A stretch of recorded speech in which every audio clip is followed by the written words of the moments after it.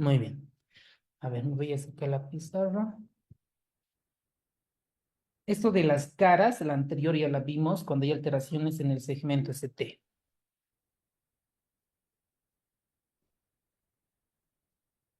Ok. Dice acá, en la ciudad de La Paz, un hombre de 57 años de edad, ahí tenemos la edad como factor de riesgo, acude a urgencias con dolor torácico retroesternal intenso, igual, la misma característica, que se irradia a brazo izquierdo. Si el dolor fuera en el trapecio, ¿qué nos indicaría, doctores? Pericarditis. Pericarditis. Muy bien, doctores. Muy bien. Los doctores que no pueden recordar, que creen que se les va a olvidar el dolor torácico que va hacia el trapecio, ¿qué tienen que realizar? Flashcard. Exacto, ¿ok? Su Excel es importante, doctores. Ahorita estamos en mayo. En junio ya vamos a comenzar a acelerar en las clases, el curso, entonces ya para febrero ya van a tener muchas flashcards, muchas preguntas y respuestas. Miren, su presión arterial está 80-60. Esta presión está baja. Probablemente el paciente tiene datos de hipoperfusión tisular. Los datos de hipoperfusión tisular, vamos a encontrar paciente con alteración de la conciencia, alteración mental, paciente taquicárdico, aumento de la frecuencia cardíaca, paciente con oligouria y un aumento del llenado capilar. Esos pacientes tienen datos de hipoperfusión y su pulso es 56. Normalmente cuando una persona hipotensa, el sistema adrenérgico se activa y debería de aumentar la frecuencia cardíaca. Eso se denomina la reserva funcional de un paciente. Pero el pulso acá es 56, algo le pasa al corazón. Un paciente hipotenso, bradicárdico, con tendencia a la bradicardia, algo le pasa al corazón. En el examen se muestra diaforético, miren, datos indirectos de que el paciente está en hipoperfusión. La presión venosa yugular está elevada, es decir, si nosotros le revisamos al paciente, aquí las venas yugulares están congestivas, porque algo le pasa al corazón. Sus pulmones están limpios a la auscultación. Miren, normalmente un paciente que tiene falla cardíaca, que le falla el corazón, el ventrículo izquierdo, ¿qué nosotros deberíamos encontrar en los pulmones clínicamente, doctores? ¿Qué deberíamos de encontrar? Estertores. Este todo. Alas de mariposa. Eso, estertores. ¿Por qué vamos a encontrar estertores? Porque se acumula líquido. Porque el ventrículo izquierdo debería de lanzar la sangre, ¿no? El volumen latido, pero no puede, entonces se congestiona. ¿Qué opinan en este caso? Dice que el pulmón está limpio, la auscultación. Entonces, ¿qué estará fallando? ¿El ventrículo izquierdo o el ventrículo derecho? Derecho. El ventrículo derecho. Derecho. Exacto, doctores. Miren, ahí va una pregunta. De ahí se puede extraer. ¿Cómo se diferencia clínicamente disfunción sistólica del ventrículo izquierdo versus ventrículo derecho por la auscultación pulmonar, si tiene afectación pulmonar? Entonces, lo más probable es que este paciente tenga alteración en el ventrículo derecho. Y yo ya debo de pensar que en el electro voy a buscar en cara inferior el infarto o tenga que ver relacionado con el ventrículo derecho. ¿Ok? Aquí nos dice, ¿cuál de las siguientes derivaciones en el electro es la más precisa para detectar la patología subyacente? Bonita pregunta. A ver.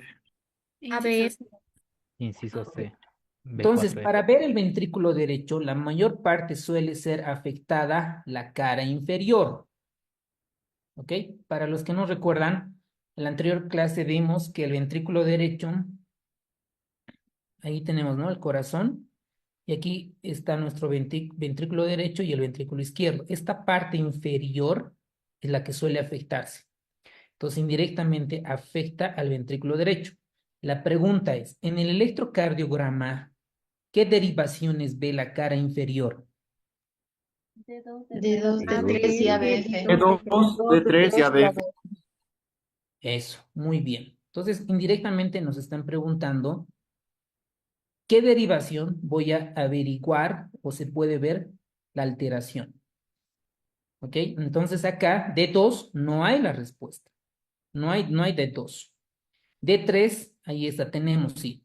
Y la ABF también tenemos. Pero entre estas dos, ¿cuál es la que mejor detecta un infarto del ventrículo derecho? Porque el paciente tiene pulmones limpios. Entonces, este A es el ver, electrocardiograma. Miren, este es el electrocardiograma, un paciente que viene con dolor en el pecho, y sé que tiene características isquémicas, esto ya es la parte práctica, ¿no? Ustedes en emergencias, en su consulta, en su clínica, en su centro, viene con dolor, dice, doctora, doctor, me duele el pecho, y tiene 20 años, no le creo que tenga infarto, pero si tiene un paciente más de 30 años, 35 años y factores de riesgo, hipertensión, diabético, dislipidémico, obeso, pues puede, ¿no? Puede presentar. Entonces, ¿qué hago? Primero llega el paciente a la urgencia, ¿no? Me dice, doctor, me duele el pecho. Lo primero que yo voy a hacer es tomar signos vitales. Lo primero, le tomo signos vitales. Entonces el interno, la enfermera me dirá, tiene una presión arterial de 80-50, doctor tiene una frecuencia cardíaca de 56, tiene una frecuencia respiratoria de 16 y está saturando 90%. ¿Ok? Perfecto.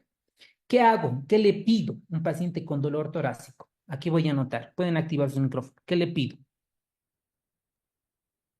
electrocardiograma, ¿no? Electrocardiograma.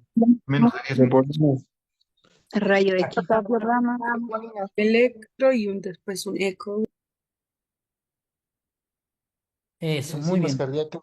Enzimas cardíacas, marcadores cardíacos.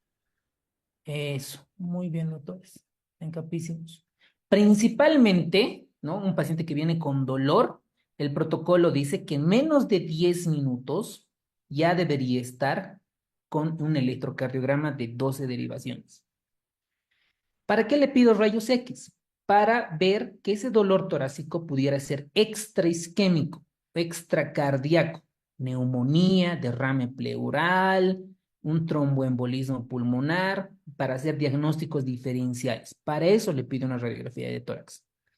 Y como ustedes dijeron, marcadores de daño miocárdico. Si el corazón está sufriendo, les pido troponina SPKMB.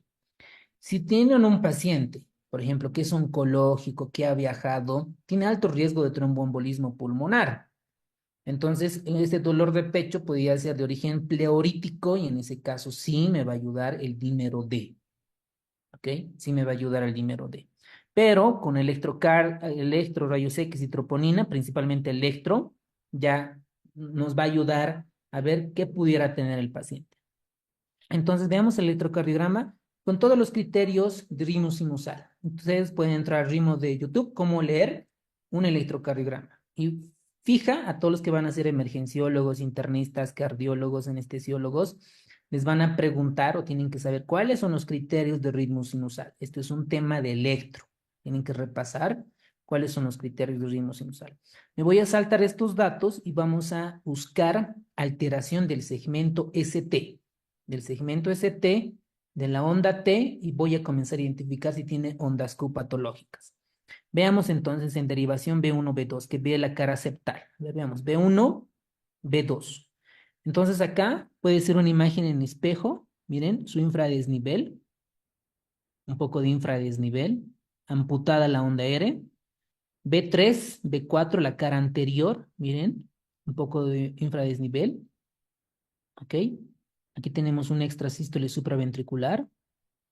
Aquí un poquito de infradesnivel no tan marcada. Y si nosotros vamos a la cara inferior, al lado derecho, evidentemente hay el supradesnivel. Miren, en derivación de 2, derivación de 3 y ABF. Todos están de acuerdo que esto es un infarto de cara inferior. ¿Ok? Entonces, nuestro diagnóstico por la clínica, porque tiene dolor torácico, más un electrocardiograma, esto nos da el diagnóstico de síndrome coronario agudo con elevación del segmento ST. ¿De qué cara? De cara inferior. Y lo más probable es que esté involucrado el ventrículo derecho de un 70 al 80%. Listo, ya hice mi diagnóstico. Y alguien dirá a ustedes, ¿por qué me tengo que diferenciar un infarto del ventrículo derecho versus un infarto del ventrículo izquierdo? Por el manejo, por el manejo. A los que ya han estudiado, se supone que todos han leído unas 3, 4 veces el libro de Harrison, el resumen, están con flashcards, ¿no? Estamos retroalimentando. ¿Qué medicamentos o qué manejo especial tenemos en un infarto del ventrículo derecho a comparación de un infarto del lado del ventrículo izquierdo? Pueden activar sus micrófonos. Serían las intervenciones, ¿no, doctor? Con globo y stent. En ambos lados se pone stent, ¿no? Si es un En el infarto ventrículo grande, derecho se aumenta el volumen. ya, Hay que eso, darle muy volumen porque está alterada la precarga. ok, Nitroglicerina, doctor. ya, bien, Y en doctora, el izquierdo, no. Otro ok, manejo es. ya. Primero, ahorita vamos a ver las diferencias y eso en Harrison lo tienen que repasar igual. Primero en el BD, alguien dijo ahí se maneja con volumen, darle cristaloides, suero salino fisiológico, ¿no? Ringe normal, ringe lactato. Se le da volumen. Entonces, si le doy volumen líquido, debo de evitar de darle que disminuyan fármacos la precarga.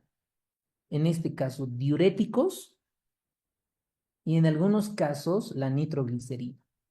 Cuando la doctora comentó la nitroglicerina, está contraindicado en infarto del ventrículo derecho. Y hay una cápita en el libro de Harrison, cómo se maneja un infarto del BD, cómo se maneja un infarto del BI. Entonces, para eso nos ayuda a identificar si es el BD o el BI. Además, para el cardiólogo intervencionista, le ayuda para ver qué cara está infartada, si la cara septal, la cara anterior o la cara lateral. Entonces le ayuda. Por ejemplo, si fuera la cara inferior, ¿qué arteria estuviera involucrada? ¿Qué arteria coronaria? Coronaria derecha. Excelente, muy bien. Veamos qué dice nuestra justificación.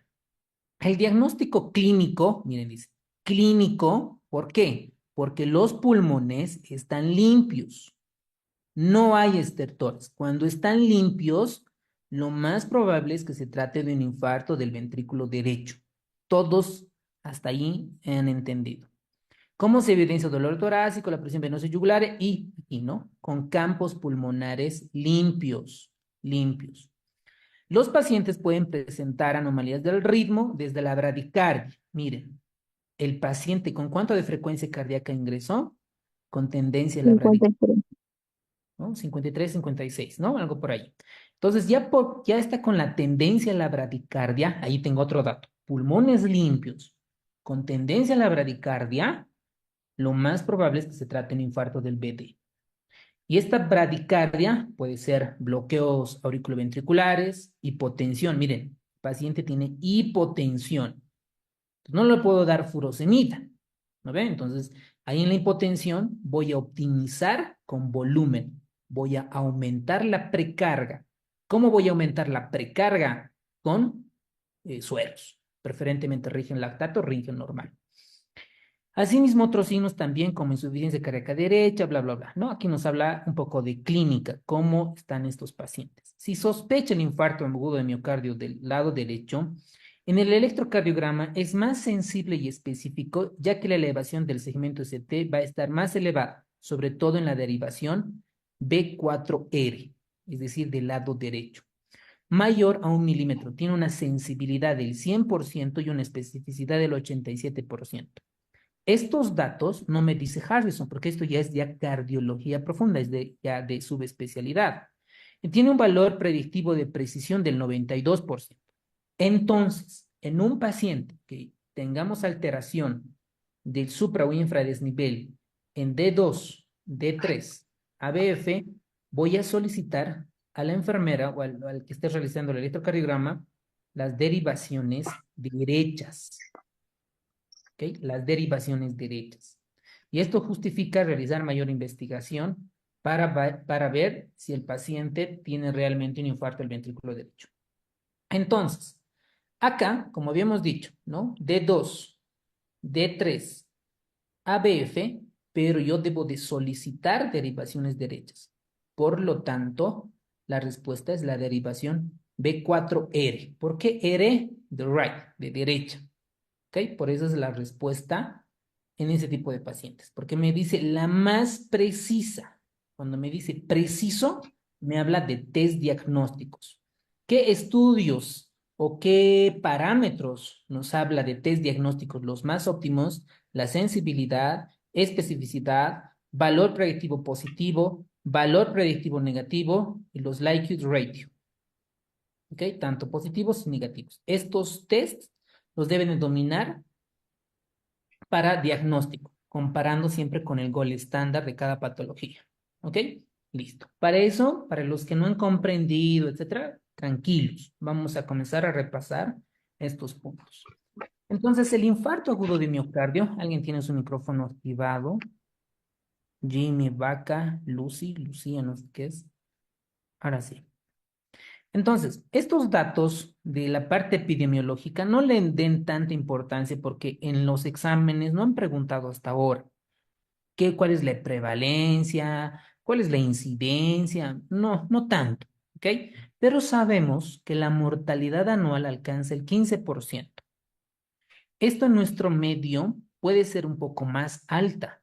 Por ejemplo, un paciente que ingresa con infarto agudo de miocardio en nuestro país, sobre todo en las áreas periurbanas, nuestra mortalidad debe ser del 90 al 100%.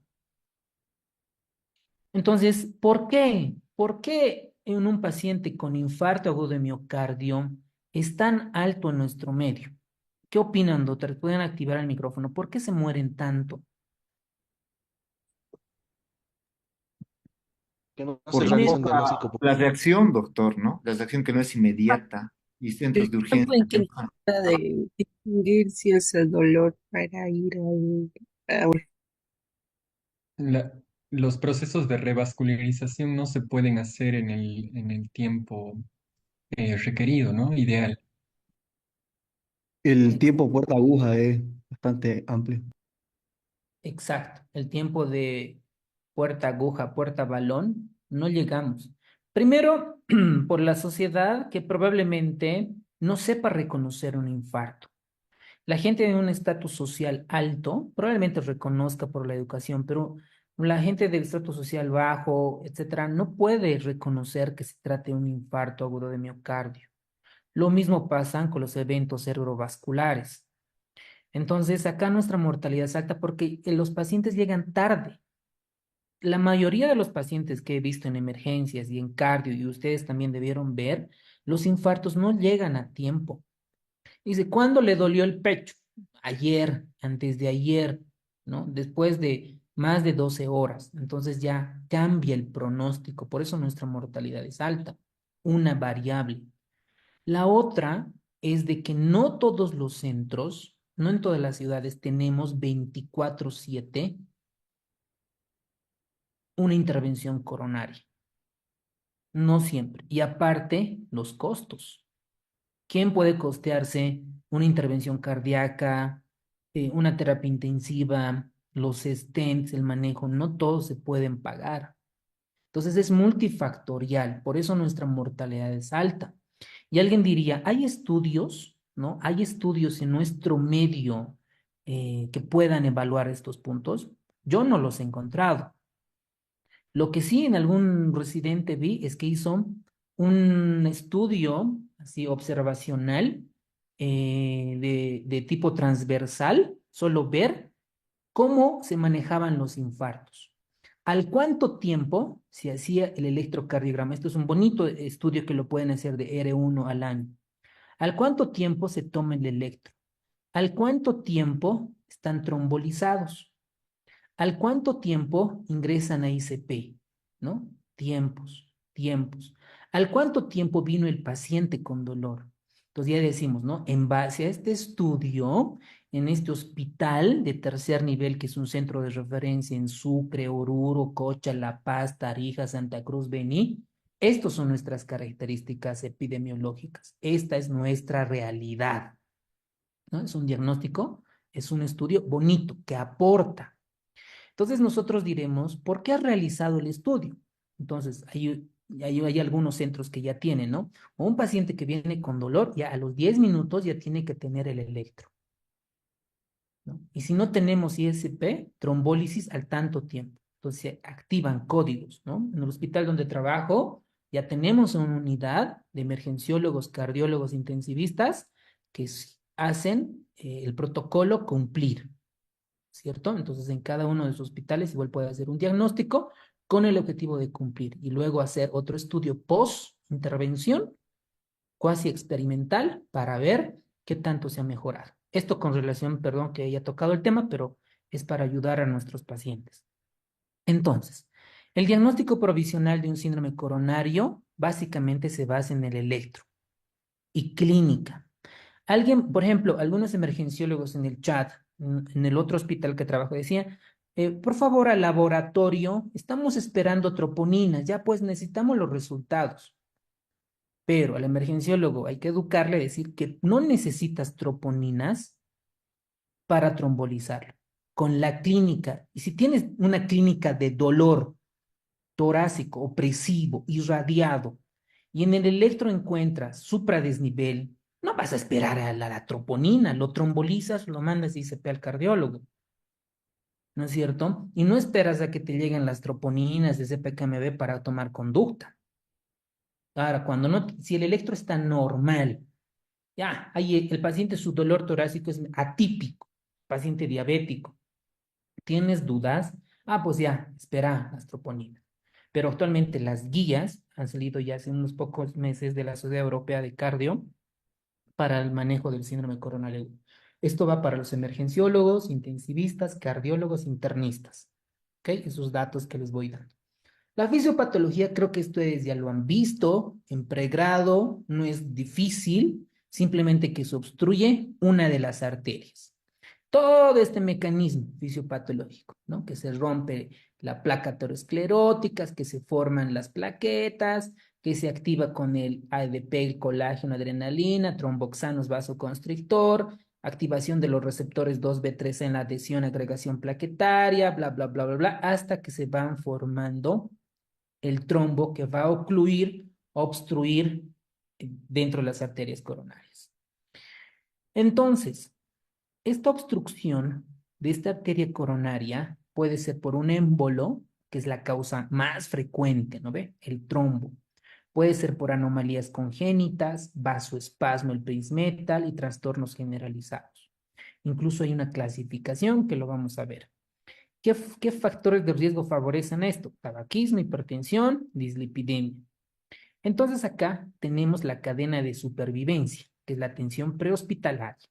Aquí, la parte prehospitalaria, tenemos deficiencias muchas. En otros países, incluso cuando el paciente está con dolor torácico, llegan los paramédicos. El paramédico le toma el electrocardiograma y por telemetría o por WhatsApp, no sé, ¿no? Le comunica al cardiólogo. Es decir, no, este paciente sí tiene un infarto con elevación del segmento CT. Y hay algunos estudios que han trombolizado prehospitalariamente. Ya hay algunos estudios que han disminuido la mortalidad prehospitalaria en estos entornos. Esta cadena de supervivencia incluye la atención prehospitalaria, el tratamiento intrahospitalario y sobre todo la estrategia de reperfusión. ¿Cómo voy a reperfundir? ¿Cómo voy a abrir ese trombo con trombólisis, que es nuestra realidad en nuestro medio, y con intervención percutánea, la ICP? ¿Ok? Muy bien, listo. El 50% de los casos puede tener un factor desencadenante. Un ejercicio vigoroso, el estrés, la patología médico-quirúrgica. Y es clásico ver a los pacientes que acuden por las mañanas. No, llega a las 7, 8 de la mañana, 10, 11 de la mañana. Dice, el motivo de consulta es un dolor profundo, ¿no? Me duele el pecho, dicen los pacientes. Y este dolor de pecho es de tipo constrictivo y opresivo. Y ahí en lo que nos comentaba el doctor, este dolor en un infarto agudo de miocardio es más de 30 minutos, más de 30 minutos. Entonces, en la pregunta, ojo que ya hemos analizado. Además, pueden tener otros signos eh, clínicos. Ahora, esta clínica del dolor puede acompañarse de otros síntomas vegetativos: debilidad, diaforesis, náuseas, vómitos, ansiedad, sensación de muerte inminente. Y puede tener algunas irradiaciones menos común. Por ejemplo, el abdomen. En algunos casos, por ejemplo, el paciente viene con dolor abdominal, y esto lo hemos visto en la vida real. Entonces, por ejemplo, en los seguros, ¿no? Lo dividen, ¿no? Por ejemplo, donde estoy en el otro trabajo, lo dividen en que lo atienda el cirujano, el internista, el neuro, el trauma y así. Entonces sacan ficha para el cirujano, ¿no? El que ve patología abdominal. Dice, me duele el abdomen. ¿Y dónde le duele? ¿No? Dicen, en el epigastrio. Me duele ahí. Entonces se le hacen la ecografía, rayos X de abdomen, todo, y no encuentran nada. Entonces, sobre todo los infartos de cara inferior pueden irradiarse al epigastro del abdomen. Entonces, esto puede confundir. Por eso es importante abordar, decir, ¿dónde le duele? Señáleme con un dedo específicamente dónde le duele. Entonces, si le duele acá, ojo con el cirujano, ¿no? Entonces, ahí tener en cuenta el electrocardiograma de 12 derivaciones. Y estos datos, sobre todo, como dice Harrison, llevan frecuentemente a confundir con una indigestión o que sea un síndrome ulceroso péptico, por ejemplo. Este dolor torácico puede también presentarse en pericarditis aguda. ¿Cómo es el dolor? Que cambia con el movimiento, en la posición maometana. Embolia pulmonar puede ser asintomático o puede tener un dolor pleurítico. Y alguien dirá, ¿cómo es el dolor pleurítico? Me dice, doctora, me duele el tórax. Es como si me hubieran pateado, como si me hubieran golpeado. Tórax, eso es el dolor pleurítico.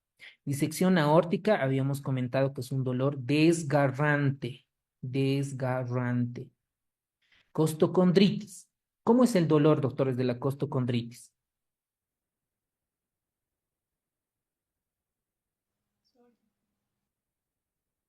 Es decir, le examinas el pecho, ¿no? Y comienzas a presionar la unión entre la costilla y el esternón, ¿no? Le presionas y aumenta el dolor, ¿no? Y le presionas el pecho, sobre todo pasa en los jóvenes, y le duele, ¿no? Dice, este paciente tiene una costocondritis. Y los trastornos gastrointestinales, que pueden ser un surosopep, una gastroenteritis y demás. Entonces, esto. Ahora, los pacientes, no todos, el 100% vienen con ese dolor característico. Hay muchos pacientes, sobre todo los pacientes diabéticos, que no tienen dolor.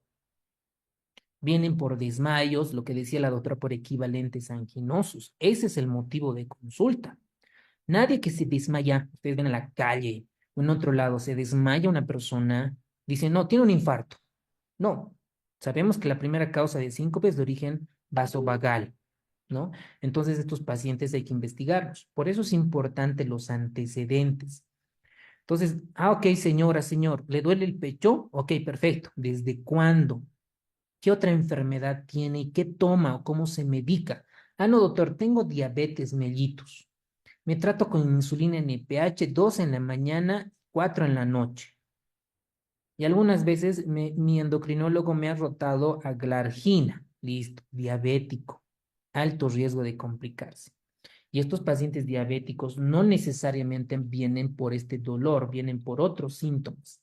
Entonces, una manifestación atípica, ¿ok? Atípica. Entonces llega el paciente, ¿no? No voy a repetir lo mismo del libro, no vamos a hacerlo un poco práctico, ¿no? Llega el paciente, me dice, doctor, doctora, tengo dolor torácico. Le tomamos, ¿qué le vamos a tomar? Un electrocardiograma de 12 derivaciones. Le tomamos troponinas, CPKMB le solicitamos, ¿no? Esos biomarcadores. Y el libro de Harrison dice estudios de imagen de corazón, ¿no? Aquí un ecocardiograma transtorácico, resonancia, que en nuestra realidad no siempre la pedimos, ¿no? Pero porque con esto, con un eco, con una resonancia, no voy a cambiar mucho. La ET sí me va a ayudar, pero que ya cuando ya esté trombolizado, esté con ICP, ahí pues un ecocardiograma para ver complicaciones, cómo está la VI, cómo está la función sistólica, la diastólica, si no hay ruptura de los músculos papilares, insuficiencia mitral, no tenga pericarditis, taponamiento cardíaco, derrame pericárdico, eso nos va a ayudar a identificar.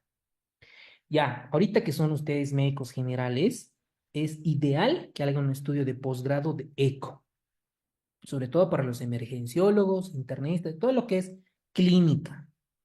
Hasta el traumatólogo creo que ya usa el ecógrafo para ver tejido óseo. Entonces el eco es clave, porque va a ser tu nuevo estetoscopio. Ya no vas a ir con tu estetoscopio a auscultar, con ecografía.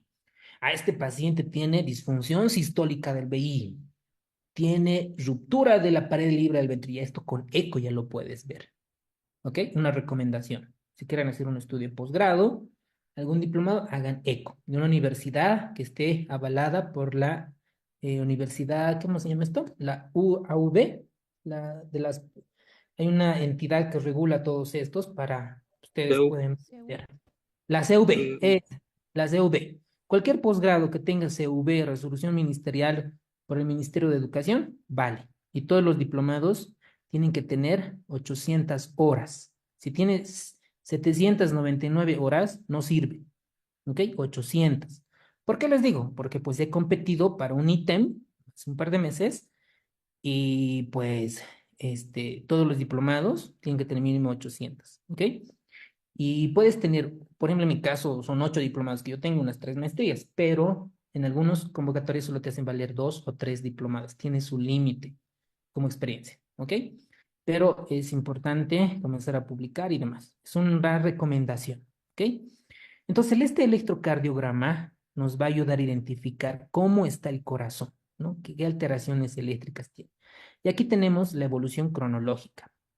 En las primeras horas, es aguda cuando tenemos las primeras horas hasta los 7 días.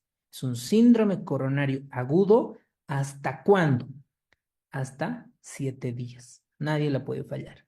Entre 7 a 28 días ya viene el proceso de cicatrización. Entonces acá yo puedo encontrar ciertas alteraciones. Y la cicatrización completa está más de 29 días. Por eso en la mayoría de los estudios se realiza a 30 días. Esta es la explicación del por qué se realiza. Entonces, esta cicatrización completa, en este proceso podemos tener ciertas enfermedades, como por ejemplo un aneurisma del ventrículo izquierdo. Se presentan en este tiempo de evolución. ¿Ok? Entonces, cuando la arteria coronaria se obstruye completamente, tiene que ser, esto en electrocardiograma se manifiesta por una elevación del segmento ST. Esto nadie puede fallar. Si hay un supradesnivel es porque hay una oclusión de esto, ¿no? Y la lesión es transmural. Muy bien. Aquí tenemos el electro. Miren, este es el ventrículo izquierdo, el ventrículo derecho. Para el ventrículo izquierdo, ¿no? Cómo va despolarizando hasta la derivación B6. Aquí tenemos otro electrocardiograma, por ejemplo, donde se ve claramente la elevación del segmento ST. Miren, B4, B5, B6, ¿no es cierto? Ahora veamos si en B3 está así, ¿no? Tiene sus ciertas elevaciones y su imagen en espejo. Aquí tenemos otro, ¿no? Supradesnivel en D2, D3, y aquí tenemos poca en ABF, ya saben de qué cara es. Entonces, en el electrocardiograma para hacer el diagnóstico tiene que tener una elevación del segmento ST como al menos de 2 milímetros como mínimo. Alguien se preguntará y dirá, sí, ¿esto debo de memorizar 2 milímetros? Si vas a ser internista, cardiólogo, emergenciólogo, sí, sí. Para el examen probablemente no sea tan relevante, porque no han preguntado tan detalladamente como cuál es el argumento, el antecedente del tipo de preguntas que realiza.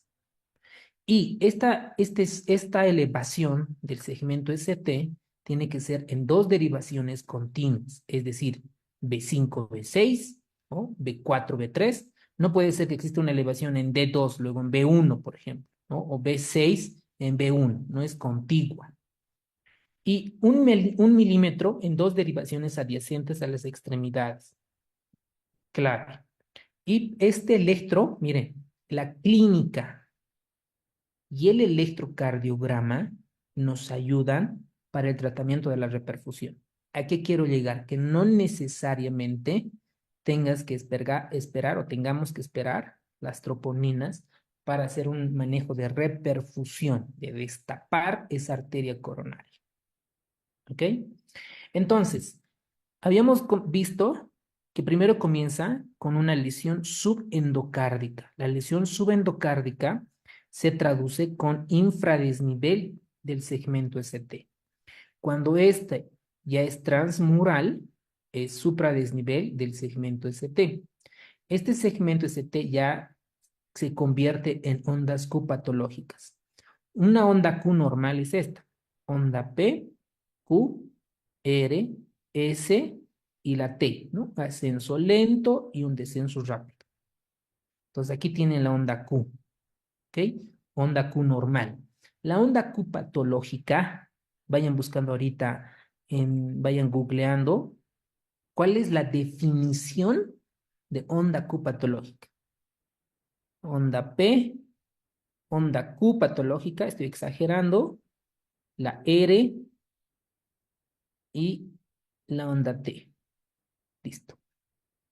Entonces, para ustedes, ¿cuándo se denomina onda Q patológica? Es decir, el segmento ST ya se convierte en onda Q. ¿Cuándo se denomina onda Q patológica? Cuando hay una Con el obstrucción infarto del completa de la miocardio arteria, isquémico. Una obstrucción mantenida. Ok, la obstrucción onda Q completa. está bien, entiendo, ¿no? Está bien. La pregunta va de la siguiente manera. Nosotros sabemos que el ventrículo izquierdo, ¿no? Ya este tejido está muerto, ¿no? Está necrótico, está en necrosis. ¿Cómo se manifiesta en el electrocardiograma? Con onda Q patológica. Pero ¿cómo en el electrocardiograma identifico que esta onda Q es patológica? O puedo decir, esta Ondas onda Q. profundas Onda profunda y ancha implica onda negativa. superiores a un Bien, milímetro, que sea más de un Onda cuarto de la negativa. altura del cortejo QRS. esa. Más del 20% de la onda R. Cuando esta Q es más profunda, como alguien dijo por allí, y es más del 20% de esta onda R, ya se denomina onda Q patológica. ¿Qué me traduce? Que el músculo ya está necrótico, que no se va a recuperar. ¿Ok? Entonces, por eso, ustedes ven acá en la secuencia de cara anterior, dice, miren, de cara anterior. Entonces, la cara anterior, ¿qué derivaciones ve, doctores? 3 y 4. B3 y B4. Eso, muy bien. Entonces, veamos esas derivaciones. A ver, ¿dónde están? B3, B4, aquí veamos B2, B4. Miren, aquí está precoz, la elevación del segmento ST, precoz. Posteriormente la onda T se negativiza, ¿no? Y esto es un infarto en evolución. Y aquí va a ir formándose ya la onda Q. Esto es un infarto de cara inferior, ¿no? En la precoz el infradesnivel, un poco de supradesnivel en D3 y en evolución. Ya la onda T se va convirtiendo en negativa y miren la onda Q. La onda Q. Miren que es más larga que el R. Entonces más del 20% de la onda R y esta es la onda Q. Entonces, estos van a comenzar a ayudarnos a identificar estos electros. En UpToDate, creo que también he visto en Dynamed, hay un curso de electro de solo infartos. Y si ustedes van a ser emergenciólogos, cardiólogos, internistas, entran a YouTube y vean los electrocardiogramas, repasen de un síndrome coronario agudo. Porque cuando eres R1 no te da tiempo para estudiar, ¿no? Y si ahora estás con tiempo, te va a ayudar mucho a comenzar a identificar esto. Ok, en el electro todos. ¿Ustedes con esta clase creen que ya están preparados? No lo es así. Es importante resolver el banco de preguntas, la autoevaluación y en la parte práctica es importante ver los electros. Los que tienen acceso a UpToDate o a un YouTube de electro de síndrome coronario agudo, por favor, es beneficio para ustedes, ¿ok? Les va a ayudar mucho. Si van a ser cirujanos, van a ser traumatólogos, neurocirujanos, no. Prefiero que estudien anatomía, técnica quirúrgica, de su área. Si vas a ser dermatólogo, pues estarás estudiando todo lo que es dermatología, ¿no? Libros de dermato. Muy bien. Otro laboratorio que llega el paciente. Doctor, me duele el pecho, el electrocardiograma, estamos realizándolo y le pedimos en los biomarcadores, ¿no? Troponina, CPKMB, todas estas cosas. ¿Qué tengo que saber, recordar para el examen? Estos biomarcadores son 4, incluso hay otra más todavía. Las troponinas, la T y las troponinas I. En los laboratorios en nuestro medio, ¿cuáles la realizan? La troponina I cardioespecífica. Incluso hay una que es la ultrasensible. ¿Qué tienen que saber? Que estas se elevan más o menos entre 7 a 10 días en un infarto agudo de miocardio. Estos tiempos cambian, por si acaso. Van a encontrar en algunos libros con menos días. La creatinfosfoquinasa aumenta en términos de 4 a 8 horas. Y esta tabla es importante. Miren, esta tabla, quisiera agrandar esta imagen. A ver, voy a ver cómo se hace esto. Ahí está. Vamos a ver esta parte, quiero agrandarla. No sé si tengo una imagen de esta. No. Vayan al libro de Harrison, tal vez está en resumen esta imagen. Ahorita les voy a explicar cuál de estos, o tal vez ya la saben, cuál de estos nos ayuda a identificar el reinfarto. ¿Cuál de estas 4? CPKMB. Eso. Creatina. CKMB. ¿Por qué? Esa es la explicación. ¿Por qué esa nos ayuda a los reinfartos? Por el tiempo de duración. Su permanencia corta. Exacto. Entonces, miren esta imagen. Miren, acá están los días después de un infarto agudo de miocardio. Miren, 0, primer día, 2, 3, 4, 5, 6, bla, bla, bla. Aquí están los límites. ¿Ok? Y tenemos acá la troponina, que está de color negra, ¿no? La infarto pequeño. Y de color rojo, la troponina en un infarto grande. Y esta de color lila es la creatinfosfoquinasa, la fracción de mioglobina.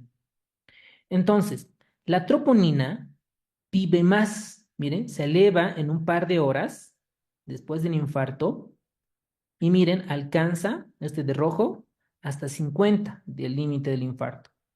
Va disminuyendo. ¿Cuándo disminuye? A partir como del día y medio en el segundo día. Disminuye.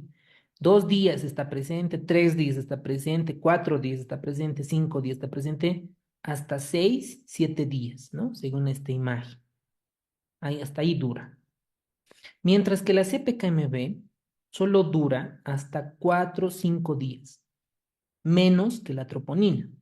Por eso es que la CPKMB, por ejemplo, si el paciente en el sexto día se infarta, se vuelve a reinfartar, la troponina va a continuar estando alta, porque tarda en depurarse, en lavarse, mientras que la CPKMB ya no está. Entonces, si tiene reinfarto, se va a comenzar a elevar. ¿Ok? Esto es preguntamente de la residencia. Probablemente en la práctica clínica no suceda tal cosa, que es teórica. ¿Ok? Entonces, esos son los marcadores. Después, ¿qué más suelen preguntar acá en cuanto a los tiempos? ¿No? Los tiempos de las troponinas, CPKMB. Después, tranques. Ahora, otros diagnósticos diferenciales para ustedes. ¿En qué otros casos se puede elevar la creatinfosfoquinasa? Traumatismo. Eso. ¿Por qué? Traumatismos. Por la liberación de mioglobina por muerte de miocito. Por Exacto. rhabdomiólisis. Exacto. El músculo tiene una proteína denominada la mioglobina y que también tiene su CPKMB, ¿no? Su CPKMB. o su creatina fosfoquinasa en realidad. Entonces también los traumatismos pueden generar, elevar la creatina fosfoquinasa. Otra pregunta, a ver, las troponinas también se pueden elevar en otros escenarios clínicos, por ejemplo, en sepsis, en lesión renal aguda, también pueden elevarse. O sea, no es que el hecho que esté alta, igual. ¿En quiénes más se elevan? Por ejemplo, hemos visto en la época de COVID, cuando se complican con miocarditis. Cuando se inflama el corazón, liberan troponinas.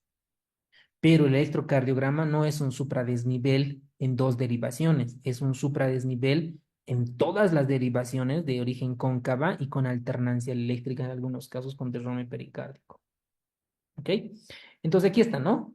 La creatina quinasa puede aumentar en traumatismo, inyecciones musculares. La MB puede aumentar en cirugías cardíacas, en miocarditis y en cardioversión eléctrica. Listo. ¿Pueden preguntarnos esto? Creo que no, no es tan rentable, ¿no es cierto? Pero por lógica, por criterio, ahí yo sé que pueden aumentar porque están involucradas en miocardio. Ok. Con eso ya vemos pacientes, ¿no? Ya tenemos la capacidad de poder discernir. Ahora, el libro también habla de otros estudios de imagen.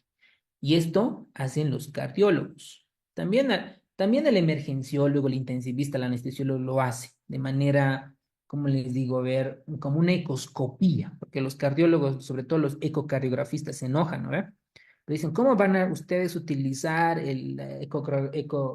ecocardiografía transtorácica? Entonces, una de estas es importante solicitar.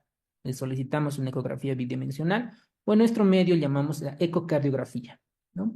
Entonces, la mayoría de los cardiólogos, y hay algunos cardiólogos que se subespecializan en imagen cardíaca, ¿no? Creo que van a España, a México, Brasil, y ustedes igualito lo van a hacer, ¿no? Si internistas, traumatólogos, igualito van a hacer su subespecialidad porque cada vez es más la competencia, en todo sentido. ¿Qué nos va a ayudar la ecografía? Ver la cinética parietal, es decir, cómo está el ventrículo izquierdo, para orientarnos si el paciente debe someterse a fibrinólisis o a una ICP.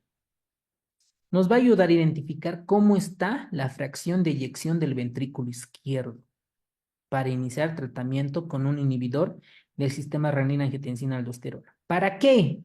Para evitar el remodelamiento cardíaco. Remodelamiento cardíaco. Muchos no entienden qué es esto. ¿Alguien podría explicar en otras palabras qué es el remodelamiento cardíaco? ¿Qué entienden? A ver, voy a intentar dibujar. ¿Qué entienden por remodelamiento cardíaco? Más o Es menos es cuando... cuando el corazón sufre cambios, por ejemplo, por aumento de la presión arterial, el corazón va a sufrir cambios a nivel de sus células, va a ser una hipertrofia o una hiperplasia para compensar esas presiones. Una cardiopatía concéntrica. Modificación del miocardio. Exacto. Muy bien, doctores. Es cuando el ventrículo izquierdo cambia en su estructura, cambia, ¿no? Entonces a esto generan, por ejemplo, en la sístole y diástole, generan asincronías. Entonces, cuando un paciente se infarta, genera remodelación cardíaca, o sea, alteración en cuanto a su estructura. ¿Cómo voy a evitar la remodelación? Miren, ahí está, dando inhibidores del sistema renina-angiotensina-aldosterona, enalapril, ¿no? A dosis bajitas, a 2.5 miligramos, por ejemplo, de enalapril, para evitar el remodelamiento cardíaco. Entonces alguien les pregunta, ¿cómo voy a evitar el remodelamiento cardíaco con inhibidores del sistema renina-angiotensina-aldosterona con los IECAS? La ecocardiografía también nos va a ayudar a identificar el infarto, dónde ha sido, ¿no? En qué región, en qué pared fue. Nos va a ayudar a identificar aneurismas, derrame pericárdico, si tiene un trombo en el ventrículo izquierdo. Nos va a ayudar a identificar si utilizamos el Doppler pulsado o el Doppler continuo, datos de insuficiencia mitral. Miren, insuficiencia mitral, detección y cuantificación de la comunicación interventricular, sobre todo complicaciones mecánicas, mecánicas. Eso nos va a ayudar. Y alguien dirá, ¿cuáles son estas complicaciones? Voy a abrir una diapositiva. Por eso el eco nos ayuda. ¿Ver? Permítame, voy a descartar. Voy a abrir una nueva ventana acá. Listo, para comenzar a explicar. Porque ese es mi objetivo, ¿no? El docente tiene la capacidad de transmitir sus conocimientos y que ustedes puedan hacerle más fácil entender. Entonces, la eco nos ayuda a detectar complicaciones. Complicaciones, una de ellas mecánicas del infarto. ¿Por qué se muere un paciente con infarto agudo de miocardio? ¿Por qué se muere?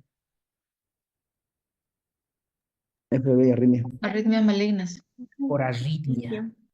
Por arritmia Sí. se muere, ¿no? Por FB o TB. Por eso se muere, ¿no? No llega al hospital. Dice, tiene dolor en el pecho, ¡boom! Se cae al piso, se muere. ¿Por qué? Porque tuvo una arritmia. Se mueren porque falla la bomba, el ventrículo izquierdo. Falla la bomba, porque el corazón ya no puede expulsar el volumen sistólico, la sangre ya no lo puede expulsar. Entra un choque cardiogénico. Y la mortalidad del choque cardiogénico es de un 90%.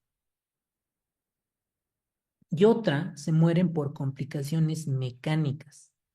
Entonces, yo tengo acá el septo interventricular, tengo el ventrículo izquierdo y el ventrículo derecho. Una puede romper la pared libre de este ventrículo izquierdo. Se rompe y sale la sangre. Se rompe. Entonces, una complicación es la ruptura de la pared libre del ventrículo izquierdo. ¿Ok? Se rompe. Otra ruptura acá. ¿Qué estructura es esta? ¿Qué estructura anatómica? Septo Tabique. Septo.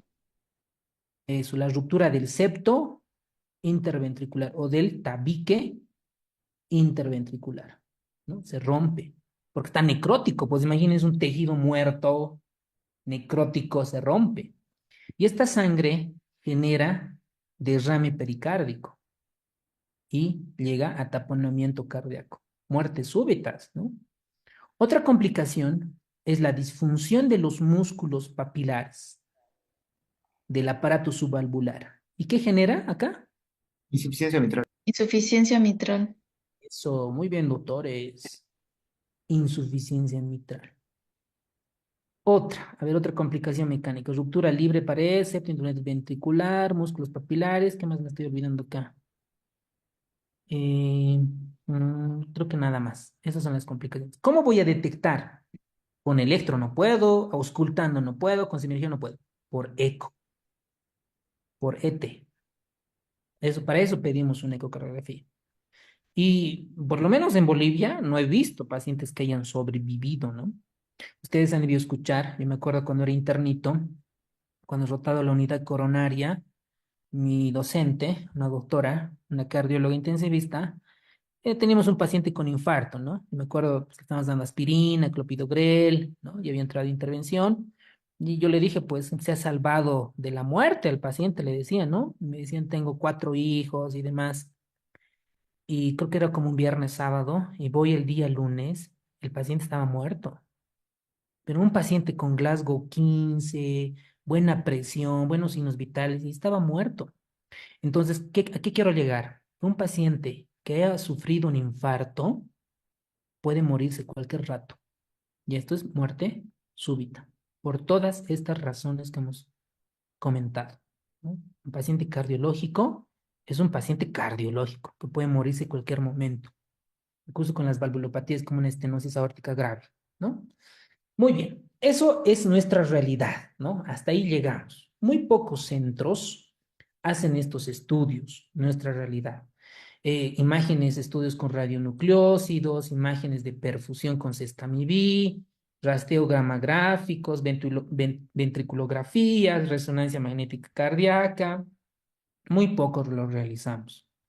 Yo conozco algunos imagenólogos, colegas míos, que han hecho una alta especialidad o subespecialidad en imagen cardíaca. ¿Ok? Pero llegan aquí a Bolivia y pues no muchos centros lo tienen, no muchos médicos lo piden, ¿no? Entonces es un poco difícil, ¿no? Entrarle a ese mercado para hacer, digamos, una alta o algo así. Creo que en imagenología lo que les va bien es el intervencionismo, ¿verdad? Pero tengo colegas que hicieron neumoimagen o cardioimagen, pues sobre todo para implementar en nuestro medio, ¿no? Pero para la parte privada, pues no da mucho. ¿Qué tenemos que saber esto para la práctica? Que son estudios de diagnóstico no invasivos, la mayoría, y mediante técnicas sofisticadas con imágenes de perfusión podemos identificar qué zona está con hipoperfusión, ¿no? Básicamente eso. Ahora, estos son claves en cuanto a la definición del infarto agudo de miocardio. Aquí tenemos varios puntos que vamos a resumir. ¿Cuándo voy a definir un infarto agudo de miocardio? La teoría nos dice que debe utilizarse cuando hay manifestaciones de necrosis, una situación clínica compatible, clínica, dolor, ¿no ven? De lo que ya hemos repetido muchas veces. En tales situaciones, cualquiera de los siguientes criterios cumple con las condiciones para confirmar el diagnóstico. Veamos. Detección, aumento, disminución o ambos de un valor o de un biomarcador, en este caso preferentemente la troponina, ¿no? En que haya menos un valor de límite del percentil 99. Esto se compara con el nivel, ¿no?, de laboratorio. Como mínimo, dice, primero para definir tiene que haber elevación de la troponina, para que sea un infarto. Síntomas de isquemia, la clínica, cambios nuevos o supuestamente nuevos de la onda T del segmento ST. Y este dato que no habíamos comentado hasta ahora, un bloqueo nuevo de rama izquierda de las de His, un bloqueo auriculoventricular, digo, un bloqueo de rama izquierda. ¿Ok? Entonces, por ejemplo, a los residentes les enseñábamos, ¿no? Pero ¿qué pasa si un paciente ya tuvo un bloqueo de rama izquierda? Entonces ahí es, si el paciente tiene clínica de dolor, clínica, más un bloqueo de rama izquierda, pues trombolízalo, mándalo ICP, a un cateterismo cardíaco, ¿no? Porque tú no sabes si hace una semana, hace 3 meses, no sabíamos si tiene un bloqueo de rama izquierda. Pero si el paciente está asintomático, no es diabético, no es mujer, no es anciano y es joven y tiene un bloqueo de rama izquierda, pues lo monitorizas, lo observas, ¿no? Entonces, acá, para la definición, es cambios en la onda T, alteración en el segmento CT y un nuevo, cuidado que se confundan con esto, muchos de los cursantes, ¿no? Nuevo bloqueo de rama izquierda. Si es antigua, no encaja dentro del infarto agudo de miocardio, ¿ok? Aparición de ondas Q patológicas en electro. Signos, pruebas de imagen de pérdida de reciente de miocardio viable, esto por las imágenes que hemos comentado, y la identificación de un trombo intracoronario. Esto obviamente por cateterismo cardíaco, por una angiografía coronaria. Hasta ahí todos está fácil, ¿no? Tranquilos todos. Ahora, muerte cardíaca. Alguien dirá, pero ¿cómo es esto? La muerte súbita, ¿no? Un paciente está caminando, se toca el pecho, se muere. Y habíamos dicho, ¿por qué se muere? Por arritmias malignas, ¿no? FB, TB. Con síntomas que sugieren isquemia, bla, bla, bla, cambios eléctricos con bloqueo de rama izquierda, fallecimiento, bla, bla, bla. Un infarto por intervención coronaria percutánea. Esto pasaba sobre todo a los que llegan recién o los que tienen poca práctica en el intervencionismo, ¿no?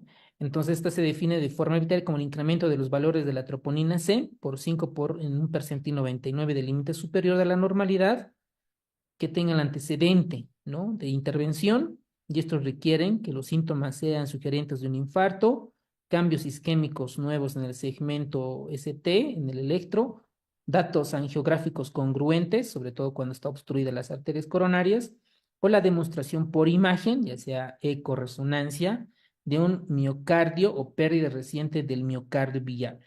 ¿Ok?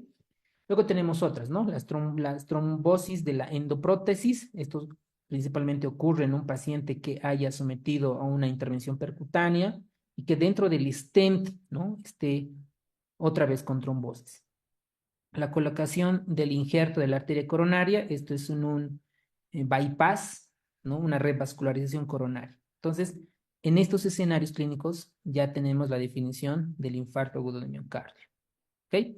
Estos son los criterios para clasificar un infarto previo del miocardio: ondas copatológicas con síntomas, las pruebas de imagen de una región alterada y los signos patológicos de un infarto miocardio. ¿Ok? Para el examen, recuerden estos escenarios clínicos: electro, troponinas, muerte cardíaca, infarto por intervención coronaria, trombosis por endoprótesis y en pacientes que se hayan sometido a revascularización coronaria. En algunos libros de cardio van a encontrar por clasificaciones, porque miren esto, ¿de dónde es el dato? Del 2012, ¿no? Está un poquito amplio. Y aquí está lo que les comentaba, ¿no? La clasificación del infarto de miocardio, que ustedes lo pueden ver, como hemos comentado previamente. Y con esto terminamos la clase. ¿Cómo es el manejo? El manejo clásicamente se encarga de reperfusión. En otras palabras, ese miocardio que está sufriendo, debo de restablecer el flujo coronario, que le llegue sangre. Voy a destapar ese trombo. Entonces, en el tratamiento prehospitalario, que en nuestra realidad, en otros países, ¿no?, por los paramédicos, básicamente es identificar al paciente una posibilidad de infarto y contactar al centro, es decir, dónde está, y verificar el tiempo. Entonces, aquí el objetivo es la terapia de reperfusión. Muy bien, esto, las complicaciones ya la vimos, ¿no? Arritmias, fallo de bomba y demás. Ahora, cuando llega el paciente, ¿no? Digamos, los paramédicos han recogido un paciente de una zona, llega al centro hospitalario, donde estamos nosotros. Debemos controlar el dolor, identificación a los pacientes de revascularización, pacientes de bajo riesgo y evitar una alta inapropiada. El objetivo es que el paciente pueda entrar a una ICP, a una intervención. ¿En cuánto tiempo? Menos de 120 minutos. Por favor, ahora todos ustedes ármense esta flashcard. Todos, porque se van a olvidar. Todos, anótense por favor. 30 segundos, un minuto les voy a dar tiempo. ISP en menos de 120 minutos. Como pregunta pónganle: ¿en cuánto tiempo se debe realizar la ICP en el servicio de urgencias? Los voy a esperar un minuto.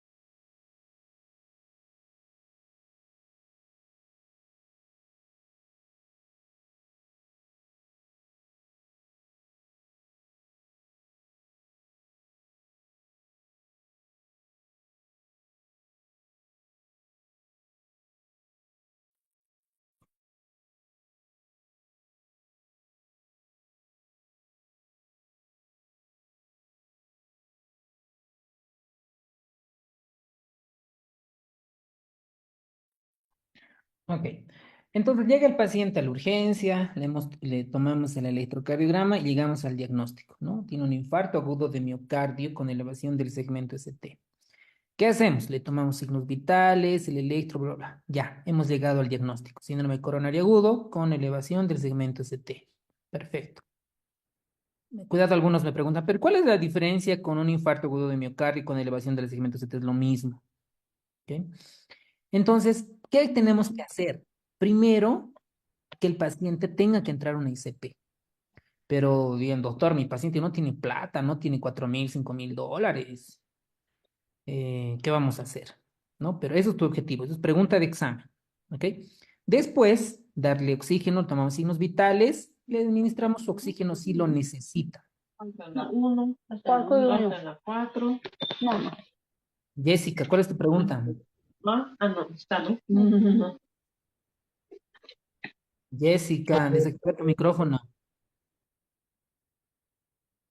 La próxima voy a eliminar nomás. Entonces, este oxígeno es un mundo, ¿ok? Más o menos, esto depende de cada ciudad, ¿ok? No es lo mismo, por ejemplo, en Cocha que en La Paz o en Santa Cruz u otros departamentos. Tienen su objetivo. Pero si un paciente está en manera general es menos del 90% saturante, pues le administras el oxígeno por puntas nasales, máscara, depende, ¿ok? Y al mismo tiempo le damos su aspirina. ¿De cuánto viene la aspirina en nuestro medio, señores? 100, 500. Dosis de prevención de 100 a 300 y hasta un máximo de 100 300 miligramos. miligramos. Sí. Ok, le decimos al paciente que tome 3 comprimidos, 3 pastillas, que los mastique y que se los haga pasar, ¿ok? Primer manejo. Y al día siguiente 100 miligramos día, ¿ok? La dosis de carga 300, 3 pastillas. Y además, clopidogrel, ¿no? Clopidogrel, otro agente plaquetario. Clopidogrel. ¿De cuánto viene el clopidogrel? 75. 5 Eso, miligramos. eso, muy bien, doctora. 75 miligramos. Entonces, como 6, 8 pastillas. De 300 a 600 de clopidogrel, ¿no? Y le doy su aspirina, 3, clopidogrel, unas 6, 8 pastillas, y su heparina, ¿ok? Su heparina o enoxaparina. Si es heparina sódica, 5.000 unidades internacionales, que más o menos te equivale a un cc, IB, ¡boom! Y la enoxaparina, ¿no? A un miligramo kilogramo peso. Enoxaparina se pesa 60 kilogramos, 60 miligramos subcutáneo. Listo. Hasta ahí, como médicos, tú ya has hecho tu manejo. Ya has hecho tu doble. Doctor, ¿podría repetir un hito más la última parte? Claro que sí. Llega el paciente, ¿no? Con síntomas, con clínica, le das doble antiagregación plaquetaria. Aspirina, clopidogrel. 3 pastillas de aspirina y otras 6 a 8 de clopidogrel. ¿Ok? Esas las dosis, la puedes repasar en cualquier vademecum. Por ejemplo, el manual que me ayuda mucho es el de Washington. ¿Ok? Los medicamentos que está por patologías identificadas. Y le doy enoxaparina. ¿Ok? Que vienen jeringuitas de 30, 60, 40, creo. Entonces, 1 miligramo kilogramo peso es 60. Si un paciente pesa 60 kilogramos, 60 miligramos de enoxaparina subcutánea cada 12 horas. Y si no tengo enoxaparina, heparina sódica, con la que se toman muestras para gasometría, es heparina, esa. Un cc es 5.000 unidades internacionales. Eso le pasas.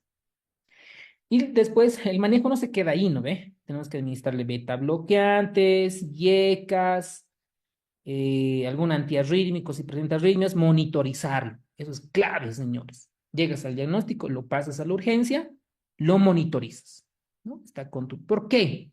¿Por qué lo monitorizamos? Porque se mueren de arritmias. Entonces te hace un FB, tú en tu caja de paro, lo desfibrilas. Hace TB, lo desfibrilas. Hasta que el cardiólogo se vaya alistando para entrarle a una ICP, ¿no? Se va alistando el anestesiólogo cardiovascular, el intensivista cardiovascular, etcétera, etcétera. ¿Ok? Todo el equipo. Entonces, tú ya haces tu manejo. Como médico emergenciólogo, como médico general, todos los médicos, hacemos nuestro manejo. A ver, ¿qué más me estoy olvidando acá? La atorvastatina, señores. La atorvastatina. Entonces, esto, azaclopi, anticoagulación y la atorvastatina. La atorvastatina creo que viene de 10 o 20 miligramos. Atorvastatina. ¿Cuánto le voy a dar? 80 miligramos, la dosis de ataque. Esto es para estabilizar la placa. ¿Ok? Listo. Espero que se estén anotando, señores, ¿no? Bonito, así, bien práctico. No estoy repitiendo todo lo que dice, para que también en su vida real les ayude. Atorvastatina. Después, beta bloqueante, aquí tenemos el carvedilol, la atenolol, metoprolol. Esto depende, ¿no? Si el paciente está hipotenso, bradicárdico, no le voy a dar pues, un beta bloqueante. ¿Para qué voy a bajar la frecuencia cardíaca? Pero si el paciente está hipertenso, taquicárdico, 50 miligramos de atenolol, 6,25 de carvedilol. Listo, le va a quedar súper bien para disminuir el consumo de oxígeno. Y Ecasaras en el April 2,5. ¿Para qué? Para evitar el remodelamiento cardíaco. ¿Cuándo está contraindicado? Cuando está hipotenso, taquicárdico, tiene una creatinina más de 2, tiene una tasa de filtrado menos de... Poco a poco ya van a ir aprendiendo esto en la residencia. ¿Ok? Y los antiarrítmicos. Y lo monitorizas. Pasa a emergencias, luego a la unidad coronaria. Si lo tienen. Y si no, pues a terapia intensiva. ¿Ok? Muy bien. Espero que eso esté ayudando. El dolor, ¿cómo lo controlamos? El dolor controlamos con opioides. Para ustedes. Pero ¿por qué no le puedo dar aquí paracetamol, metamizol, naproxeno, diclofenaco, Contraindicado por algunos, doctor. Rapidez, la velocidad.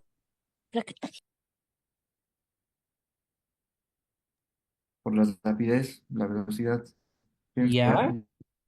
ya. Pero podría darle un naproxeno, ketoprofeno endovenoso. Ok. La respuesta es que los AINES, Induce a la remodelación cardíaca, doctor. ya, muy bien, está bien, está bien. Para eso estoy acá. Porque el riñón está hipoperfundido y empeoras con los aires del riñón también. Por las alteraciones mecánicas. Eso, muy bien, doctor. Muy bien, excelente. Buen nivel. Porque los AINES se han demostrado que aumentan el riesgo de complicaciones mecánicas. Ruptura interventricular, ruptura de la pared libre, disfunción de los músculos papilares. Los AINES han demostrado que empeoran. Una. Ahora, todo lo que ustedes dijeron también vale, porque es un mecanismo de acción, porque tiene lesión renal, bla, bla, bla, bla, bla. Está bien, pero la mayor justificación, el mayor argumento médico-científica es porque aumenta el riesgo de complicaciones mecánicas. ¿Cómo controlamos el dolor? Con nitroglicerina, ¿ok? Porque vasodilata, las dosis ya las van a ir viendo, ¿no? Y dentro del dolor, pues la morfina, ¿ok? Nuestro medio. La morfina en nuestro medio hay ampollitas que vienen de 10 miligramos.